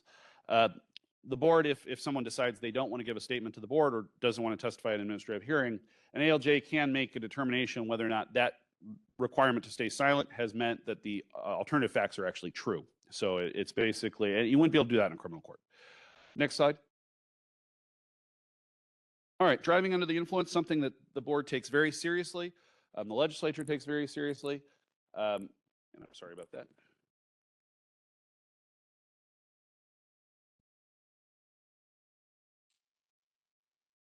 So, getting a DUI or having a series of DUIs, we are going to look at that, the qualifications, functions, and duties of a licensee, because if a licensee is impaired while driving, there is a chance that they are either impaired while working or that their impairment has reached a point that they're carrying that impairment into their work, even if they're not necessarily impaired in terms of the effects of alcohol. And we're going to be concerned about that. And so those will be grounds for bringing an accusation under 2239, as well as the board's codes under 2660.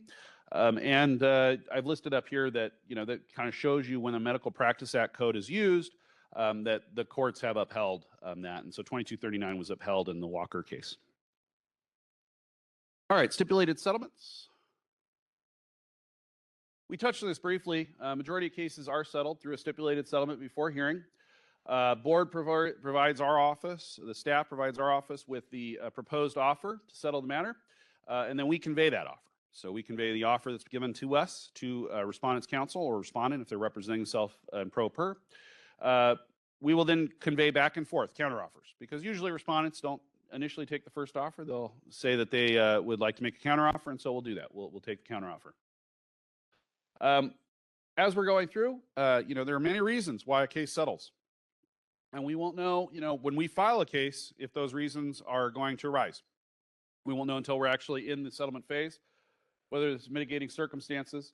or whether there's evidentiary issues, or whether a witness in a sexual misconduct case, for example, no longer wants to participate in the prosecution.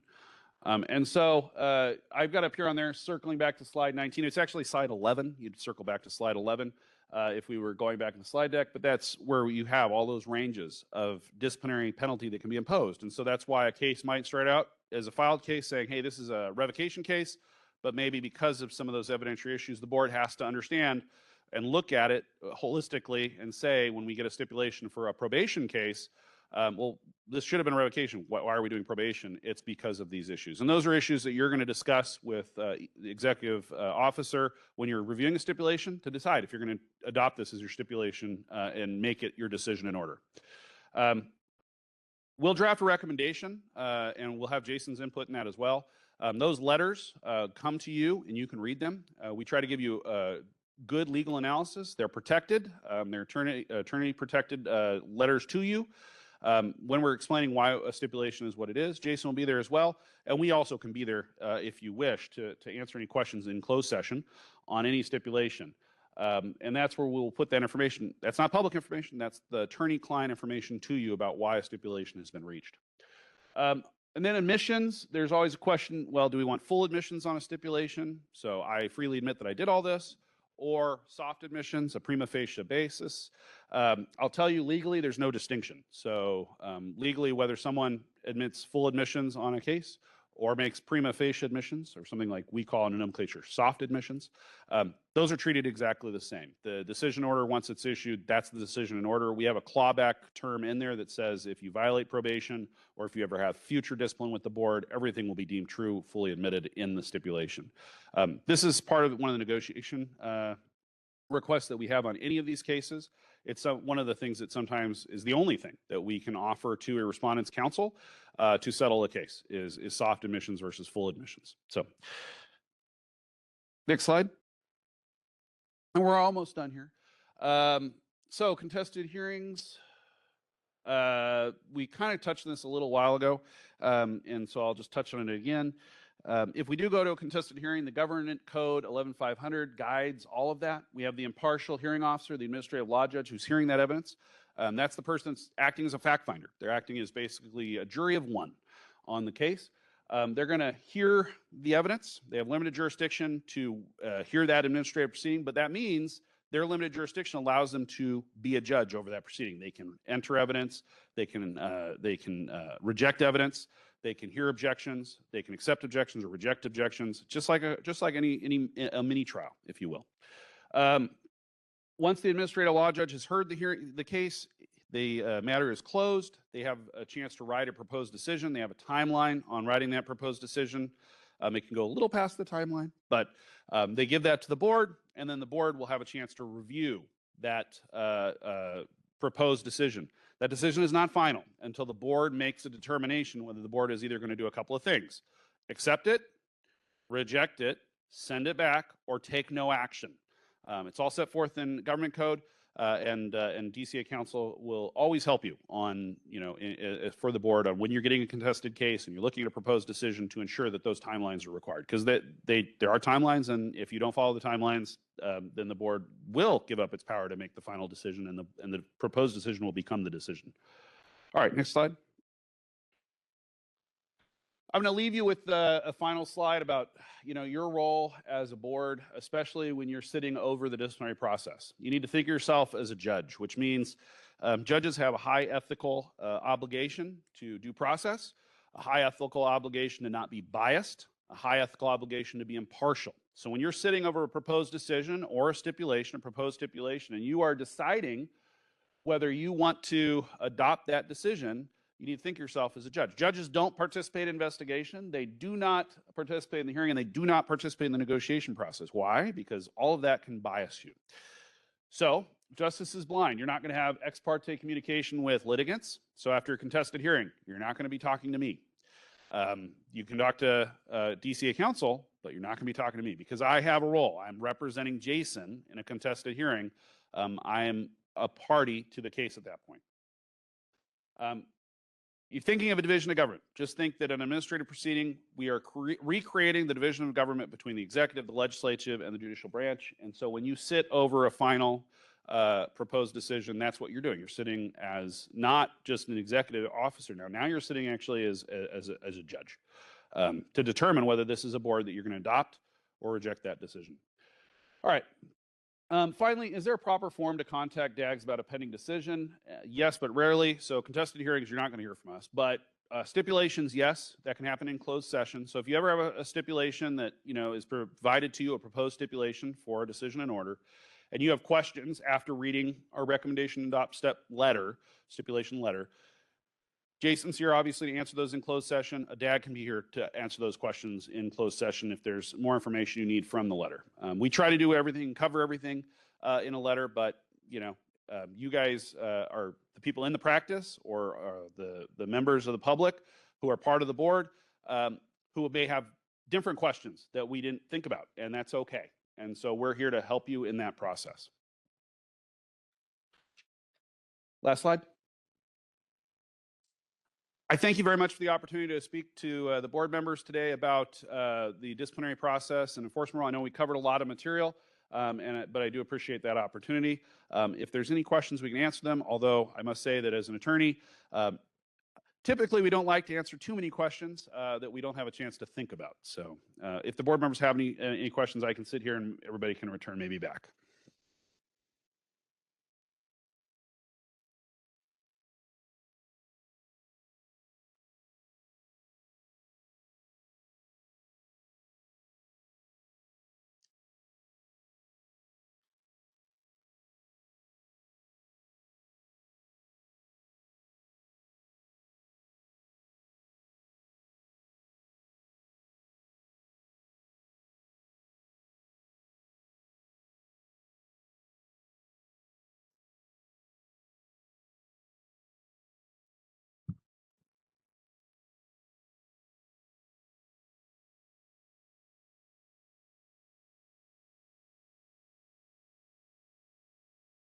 Well, thank you so much, Mr.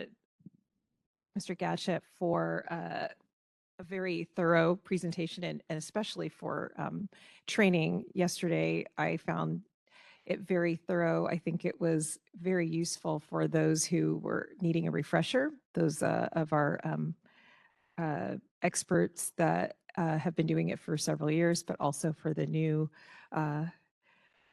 ones and especially for the board that were able to attend yesterday. I'd like to open for any questions anyone has.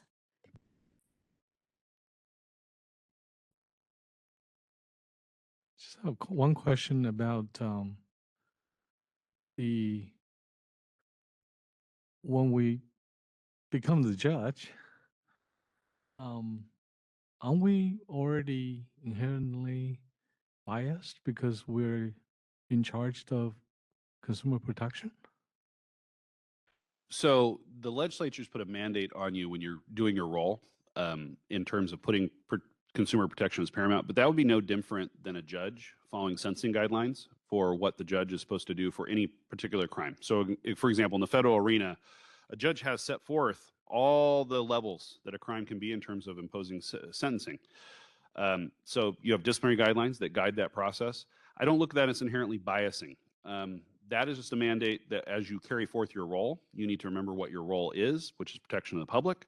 But there are other roles too, right? So rehabilitation, public access, making sure that a licensee can provide the care that they need. I mean, all those roles are there. So, and the reason why you're not biased is at no point did you participate in the underlying case. So when the case arrives to you, it's a clean slate. You haven't been part of the hearing process. You haven't been part of the investigative process. So you, in many ways, that's like a judge. A judge is not part of any of that process. So when you come, you don't have any preconceived notions about the facts. And in fact, if you were to have a preconceived notion of the facts, for example, knowing the respondent, you would have to recuse yourself. So that's the same as a judge. And that's where, yes, I see the question, but no, you're not biased in that role to set forth those facts. Do you see the distinction? Yes. Thank you. I had a question. Can you explain the difference between the outcomes of a surrender versus a revocation and what might be the circumstances? So practically, the outcomes are the same. Whether a licensee surrenders their license or they revokes, they are now no longer a licensee. And the only way they can seek relicensure is through a petition for reinstatement. So whether they surrender to a stipulation, they will have to seek petition for reinstatement, not new licensure. They're not coming ever back as an applicant. And then there's a distinction in the law because an applicant has to prove by preponderance of the evidence that they are right to receive licensure. If you're petitioning for reinstatement, you as the petitioner have to prove by clear and convincing evidence that you have rehabilitated or safe to reenter the practice. And so any stipulation that we do, stipulation, for example, being a stipulated surrender, is going to have that language that if you seek, you have to go through that process. A revocation can be a stipulated revocation. It's a term of art. It is the same thing as a surrender. And a revocation, what we're talking with that is, usually when you go to hearing, right? An ALJ cannot impose a surrender, but an ALJ can impose a revocation. So as a proposed decision. So we've talked about that. It is a term of art. But practically, there is no distinction. They require exactly the same level to go through, which is petition reinstatement, and you have to go through the board's regulations and the disciplinary guidelines in order to show that you are safe to return to the field. Can I add to that a little bit? In the cases that have come before you based on stipulation, you may have seen, to John's point, that some of them are essentially from the outset stipulation to surrender. And then some have been stipulation to revocation. And to John's point, the outcome is essentially exactly the same. Sometimes when they're being presented to you, though, from the perspective of the complainant in the matter, one of the things that we consider is the level of egregiousness of the offenses in the accusation and how that might serve as a deterrent to the rest of the public and the licensing population. And so for some of those more egregious cases, sometimes it doesn't seem appropriate to say that we're going to stipulate to surrender, that we do want that negative connotation of the word revocation just to speak to the level of egregiousness in the case. And so you might see that, and that's partially my fault as part of the stubbornness in negotiating. And to that matter, sometimes you'll also see that dependent on the level of egregiousness, I may not bring to you as a stipulated agreement the idea of soft admissions versus full admissions. And again, that might just speak to, at a certain point, I have to be comfortable in bringing a stipulated agreement to the board. And I've made this kind of analogy that when I'm making those deliberations as the complainant, I have 8 voices in my head, one for every board member and then my own. And then there's even a little bit of John sometimes too. And when I bring that to you, sometimes if I'm not comfortable with that stipulation, I have to step aside from that and say that case needs to go through the process of its own hearing. It has to have that objectivity applied to it, above my pay grade almost, so to speak. I'm not comfortable bringing this as a stipulated agreement to the board. That's what I had to say about that. I have a question though also too.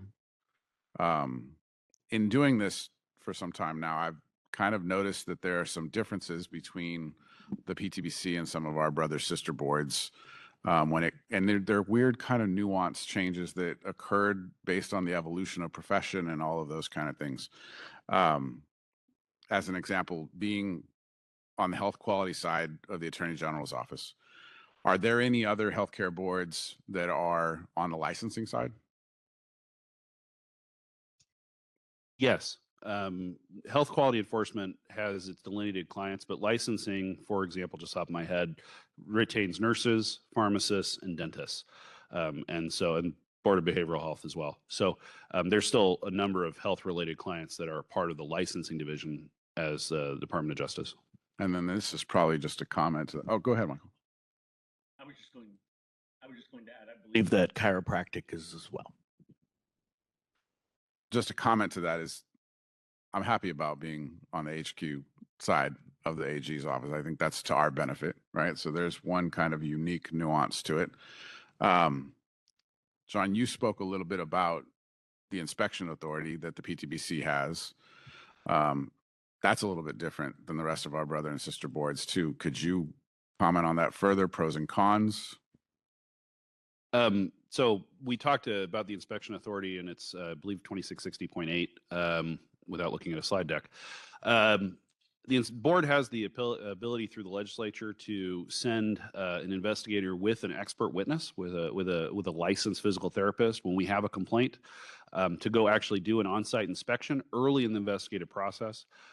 It is a very powerful tool, and it is a tool that we respect greatly, and we understand that it is a tool that can be taken away if it is abused.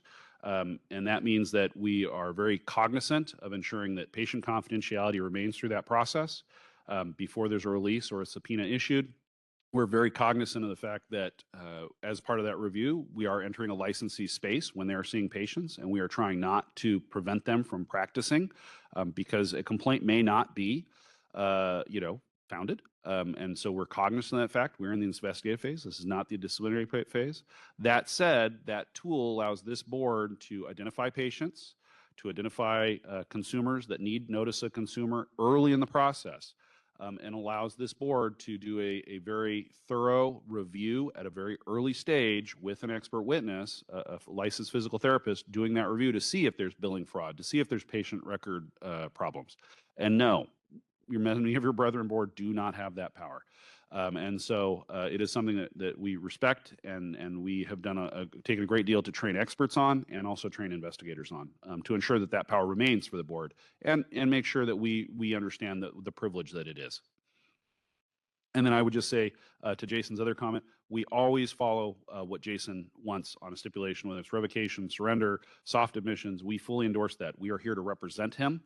He is the client on any of these cases. Is there questions from the board? I had one more area that I wanted to clarify. You described a little bit about the precedents for the outcomes, the sentencing discipline.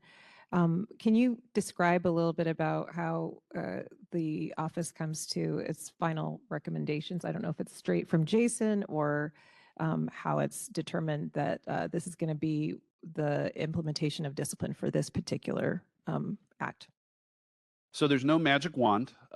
There's no place to go, oh, this case is always the case that we impose this. Every case comes to us on a case-by-case basis. Every set of facts is different. What we do have are the board's disciplinary guidelines.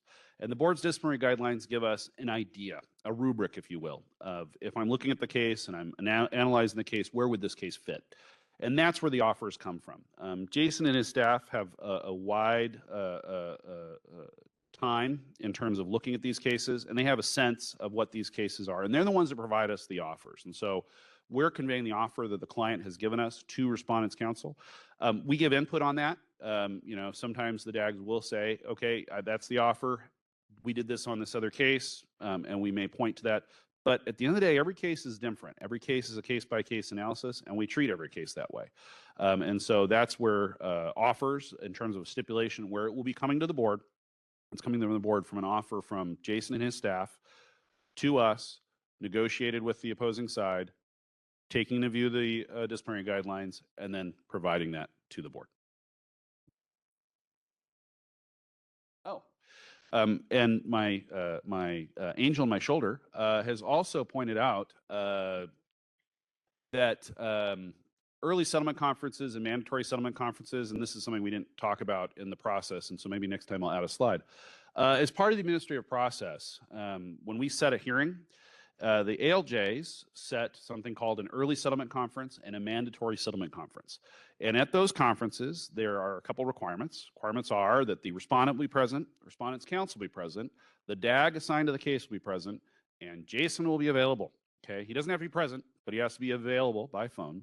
And we have an ALJ who is not assigned to hear the case. So this is an ALJ that has experience, veteran ALJ, but not assigned to actually hear the case. And in fact, won't be the fact finder on the case. Just preside. That's right, not the presiding ALJ. Okay. That ALJ comes in as our settlement ALJ. And so what that settlement judge is there for is to look at the parties' positions, take statements from the parties, take any written briefing from the parties. And that also can be part of any sort of settlement process, okay? That could change the offer that Jason provided. The ALJ can point out, hey, these are the arguments of counsel. Have you thought about this?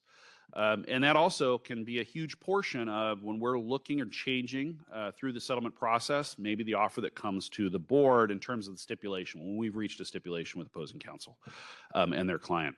So that is another part of the due process rubric that allows for this overview from the administrative law judge, providing a veteran, experienced, someone else to look at it, independent. No role to make a determination, just a role to guide negotiations. So think of it like a mediation. And it's up to the parties to in that role to decide if they're going to accept, maybe the new and different offer, whether it's the board accepting that new and different offer, whether it's respondent accepting that new and different offer. But that is also part of the process. Okay, thank you. Any other discussion from board members? Just to add to that too, the only thing, so the importance of the model guidelines there is for staff and I both, there's an obligation for us to have both short-term and long-term memory, right? That while there's no aspect of precedence, there is kind of this aspect of stare decisis where we have to maintain consistency. The similar circumstances presented in a case should have similar circumstances in output. And that can vary over time. And so the guidelines become extremely important to be current and up to date, to present to the public what the expectation is. If there is a specific violation of the Practice Act, you can reasonably expect this kind of range of outcome. And that we have to really adhere to those guidelines as much as we possibly can and stay genuine to them. When we start to stray from them is when we should consider the idea of maybe reformulating them and promulgating them in regulation and incorporating those new changes into them over time. And that comes with changes in legislation like 2138, where discretion points are changed or removed from the board, and just kind of looking up and out and determining what trends there are with the legislature and with the other licensing boards in the state and across the nation. So it's incorporating new case law and across those. Yeah, boards. and considering just the opinions and trends and which way the pendulum has to be swinging at this given moment and trying to stay ahead of that pendulum. Thank you. Is there any in-person public comment on this item? Can I Number ask one 6. more question, John? Okay. One more question for, Question of John, just in particular. When a proposed decision is presented to the board, what would you say is the most common reason that the board might reject or not adopt that decision?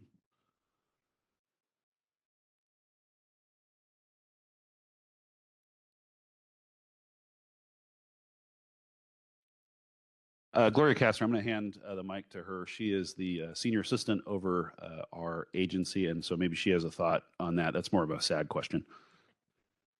Apologies for not being able to stand to address you or go up to the dais. A common reason where we see our boards rejecting a proposed decision made by an administrative law judge. This is where the administrative law judge has heard both sides, taken in all the evidence, has issued a proposed decision in order. So it's proposed at that point and votes are taken. You should thoughtfully read that decision in order. But back to what Jason Kaiser has already expressed, wherever you see something inconsistent with the disciplinary guidelines or even fairness, you have a long-range view, as Jason said, of how these cases are treated elsewhere. Each judge is an individual and takes the case as they see them. And so sometimes proposed decisions are presented to you where the outcome, the order, is not going to be able to be effectuated by the board. Maybe there has been changes to your disciplinary guidelines. A word matters, especially with substance abuse and things like that.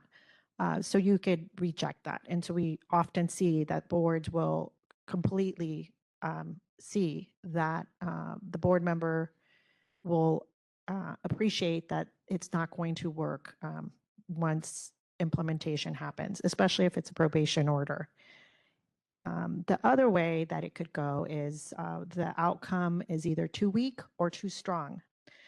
Your public protection mission is to balance out the interest. Obviously, public protection is paramount, But at the same time, as John Gatchett has already told you, this is a profession. It takes many years to earn your license, and the due process afforded sometimes requires a second thought. Perhaps the rehabilitation presented by the respondent in the particular accusation is not compelling to you, or it is compelling and the outcome is just overly onerous. And I think that's something Jason Kaiser always works with our team on is this a case that should go to hearing? Let's see what the judge has to say. Other times, opposing counsel and their respondent avail themselves of the opportunities to go in front of the judge and present competing experts and such. And at the end of the day, it is your decision. It's an important one.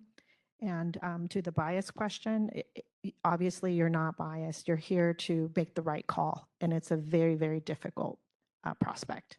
So without taking sides, you're just trying to figure out what's best for the public, what's best for the rehabilitation of the licensee. And where inconsistent, sometimes they need to take times out and be revoked.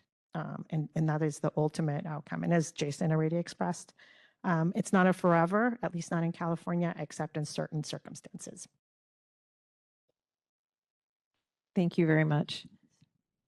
We have another question on the board, and then we'll take public comment. I think it's on, yes. Thank you, Mr. Gatchett. This was very helpful and insightful for me as a new member. My question is time. So is there a statute of limitation for, let's say, a violation?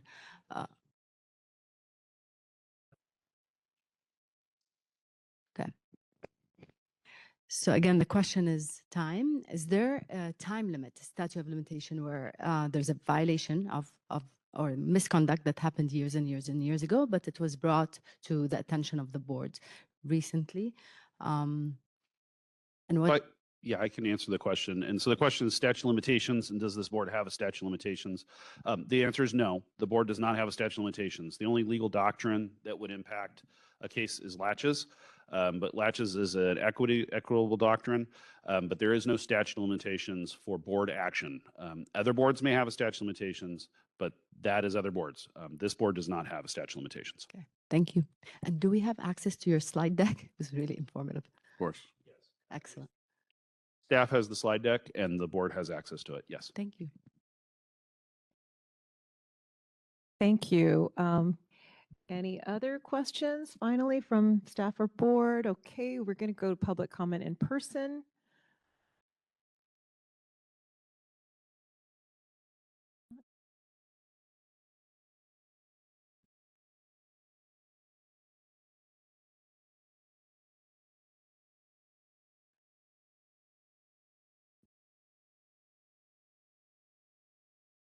Hello, sit on, good. Good morning again, and comment, I think every PT program should have that slide deck and let them know. I mean,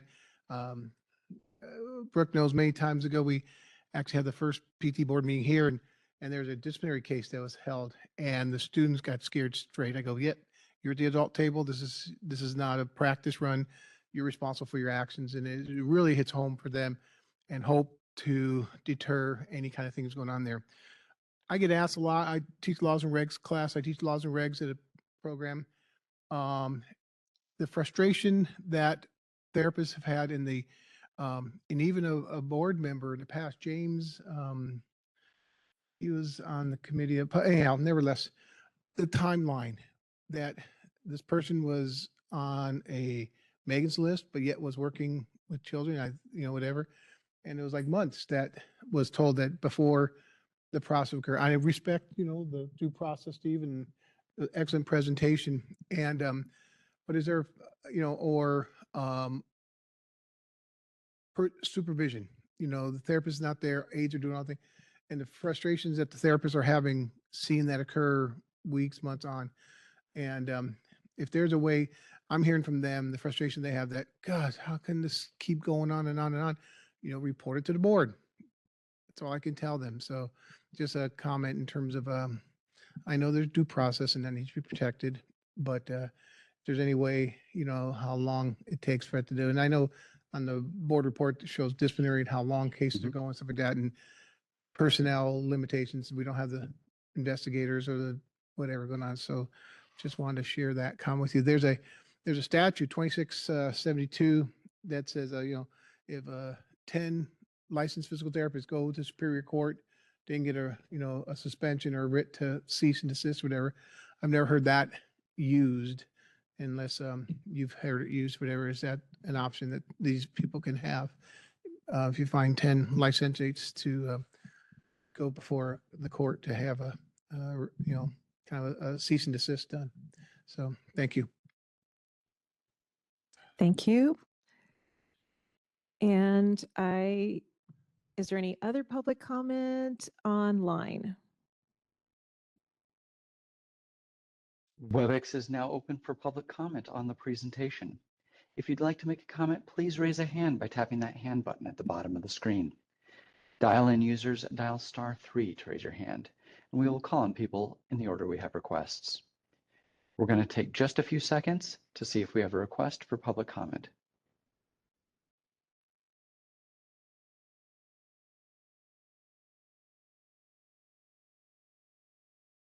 Seeing no request online, do you wish to continue?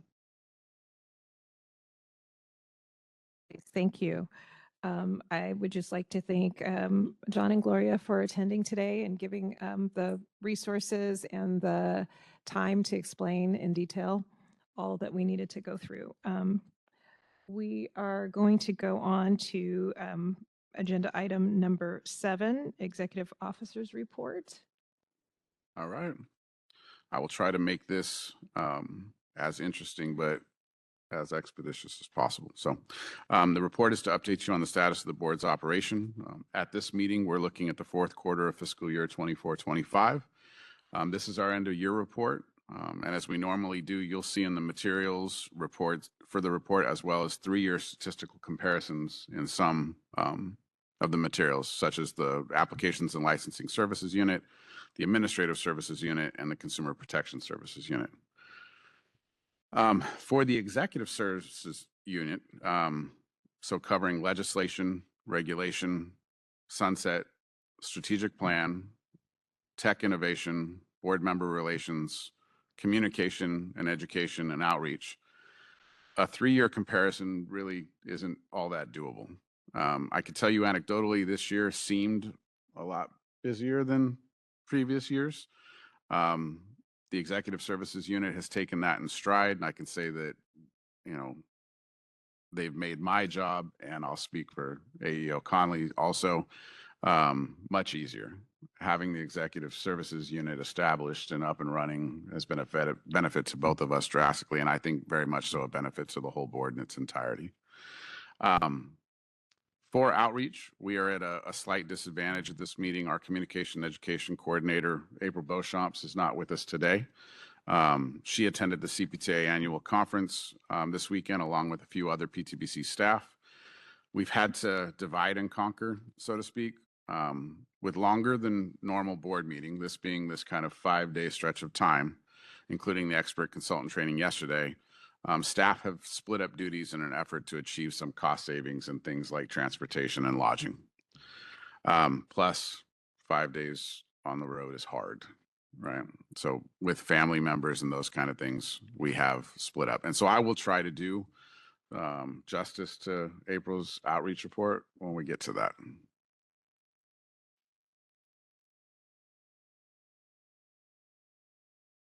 For the rest of admin services, though,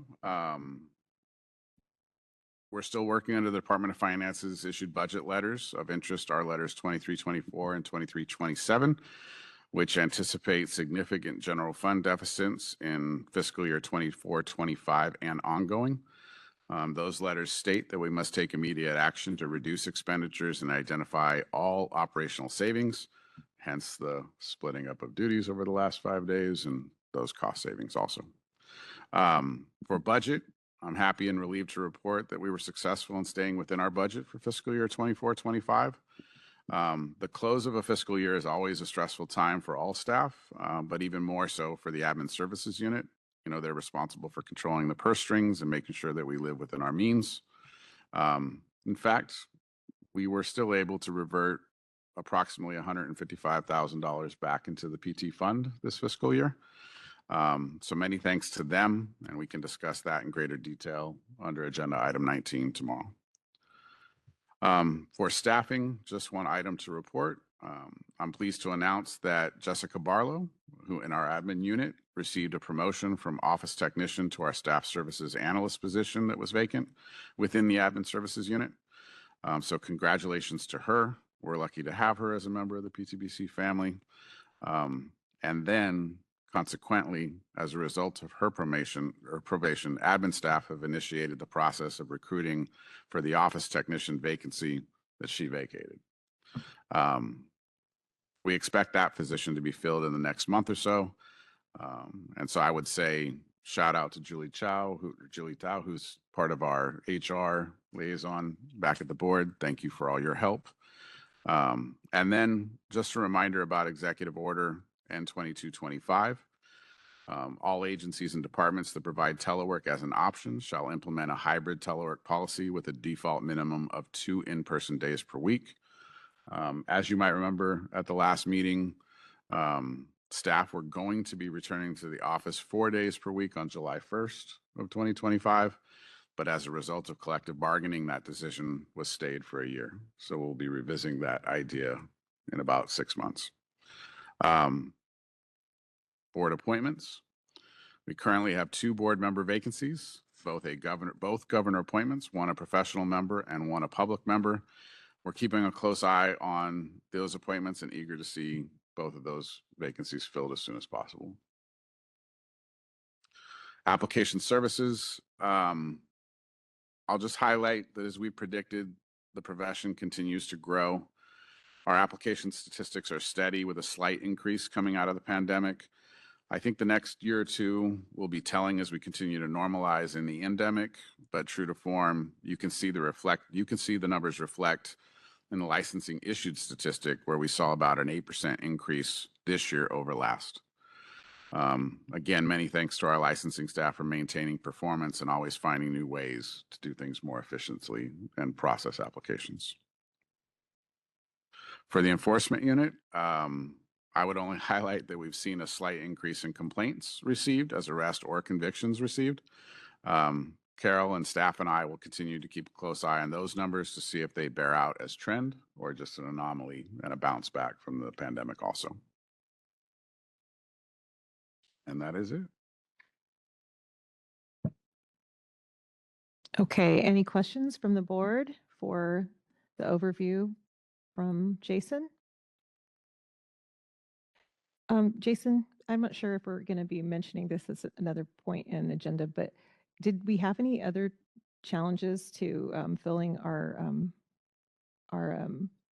vacancies for board members that had to do with the governor's office and their change in staffing? There has been some shifting around. About 6 months ago, there was a new appointment secretary appointed. And any time that there's that change in that staffing level, it does kind of not only may it slow the process down, it might change the way the process works altogether. I know that DCA also had some vacancies that were created in what they call their board and bureau relations unit. And that's kind of our direct conduit line of communication to the governor's appointment secretary. And so that might have, some contribution into how soon or when the appointments are going to be made. We did receive a recent appointment to the board and bureau relations unit for both a deputy and an assistant deputy. So those vacancies are filled now. But I think it takes some time to get it up off the ground. But as those vacancies continue, we will make attempts to contact the appointment secretary directly to find out, if there's any way we can help, if there's any recruitment that we could do, is there anything that we could do in our social media to increase the number of applications they receive, both for a professional position or even for a public position. Thank you. And you usually keep your thumb on the pulse of other agencies, or rather other boards that are getting their fills. We watch all of the appointments that are coming out of the governor's office, and of interest and importance are other DCA boards and bureaus and the vacancies that other boards may have. And I can tell you just probably once to twice a month, we do see appointments being made to other DCA boards and bureaus. So progress is being made. Dr. Califf being one, right? But in context, I think the other part that's important to kind of highlight is just how many governor appointments are made in any given week.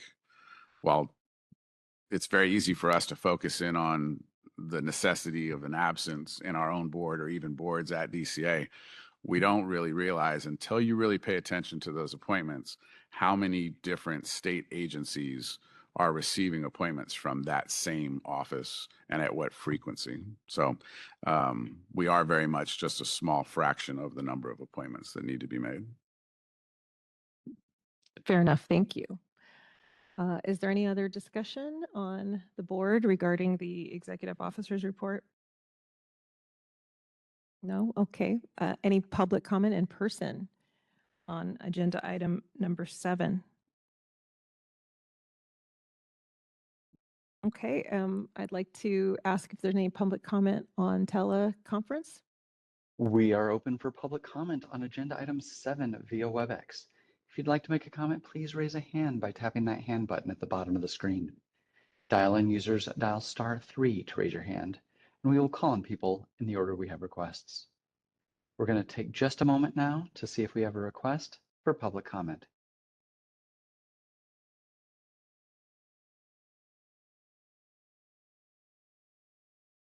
Seeing no request for public comment, do you wish to continue? Yes, thank you. All right. So I would like to have us take our lunch recess at this time. We are ending this morning's session on item number 7. We will resume when we return at 12:45 for item number 8 and beyond. Thank you very much. Have a good lunch.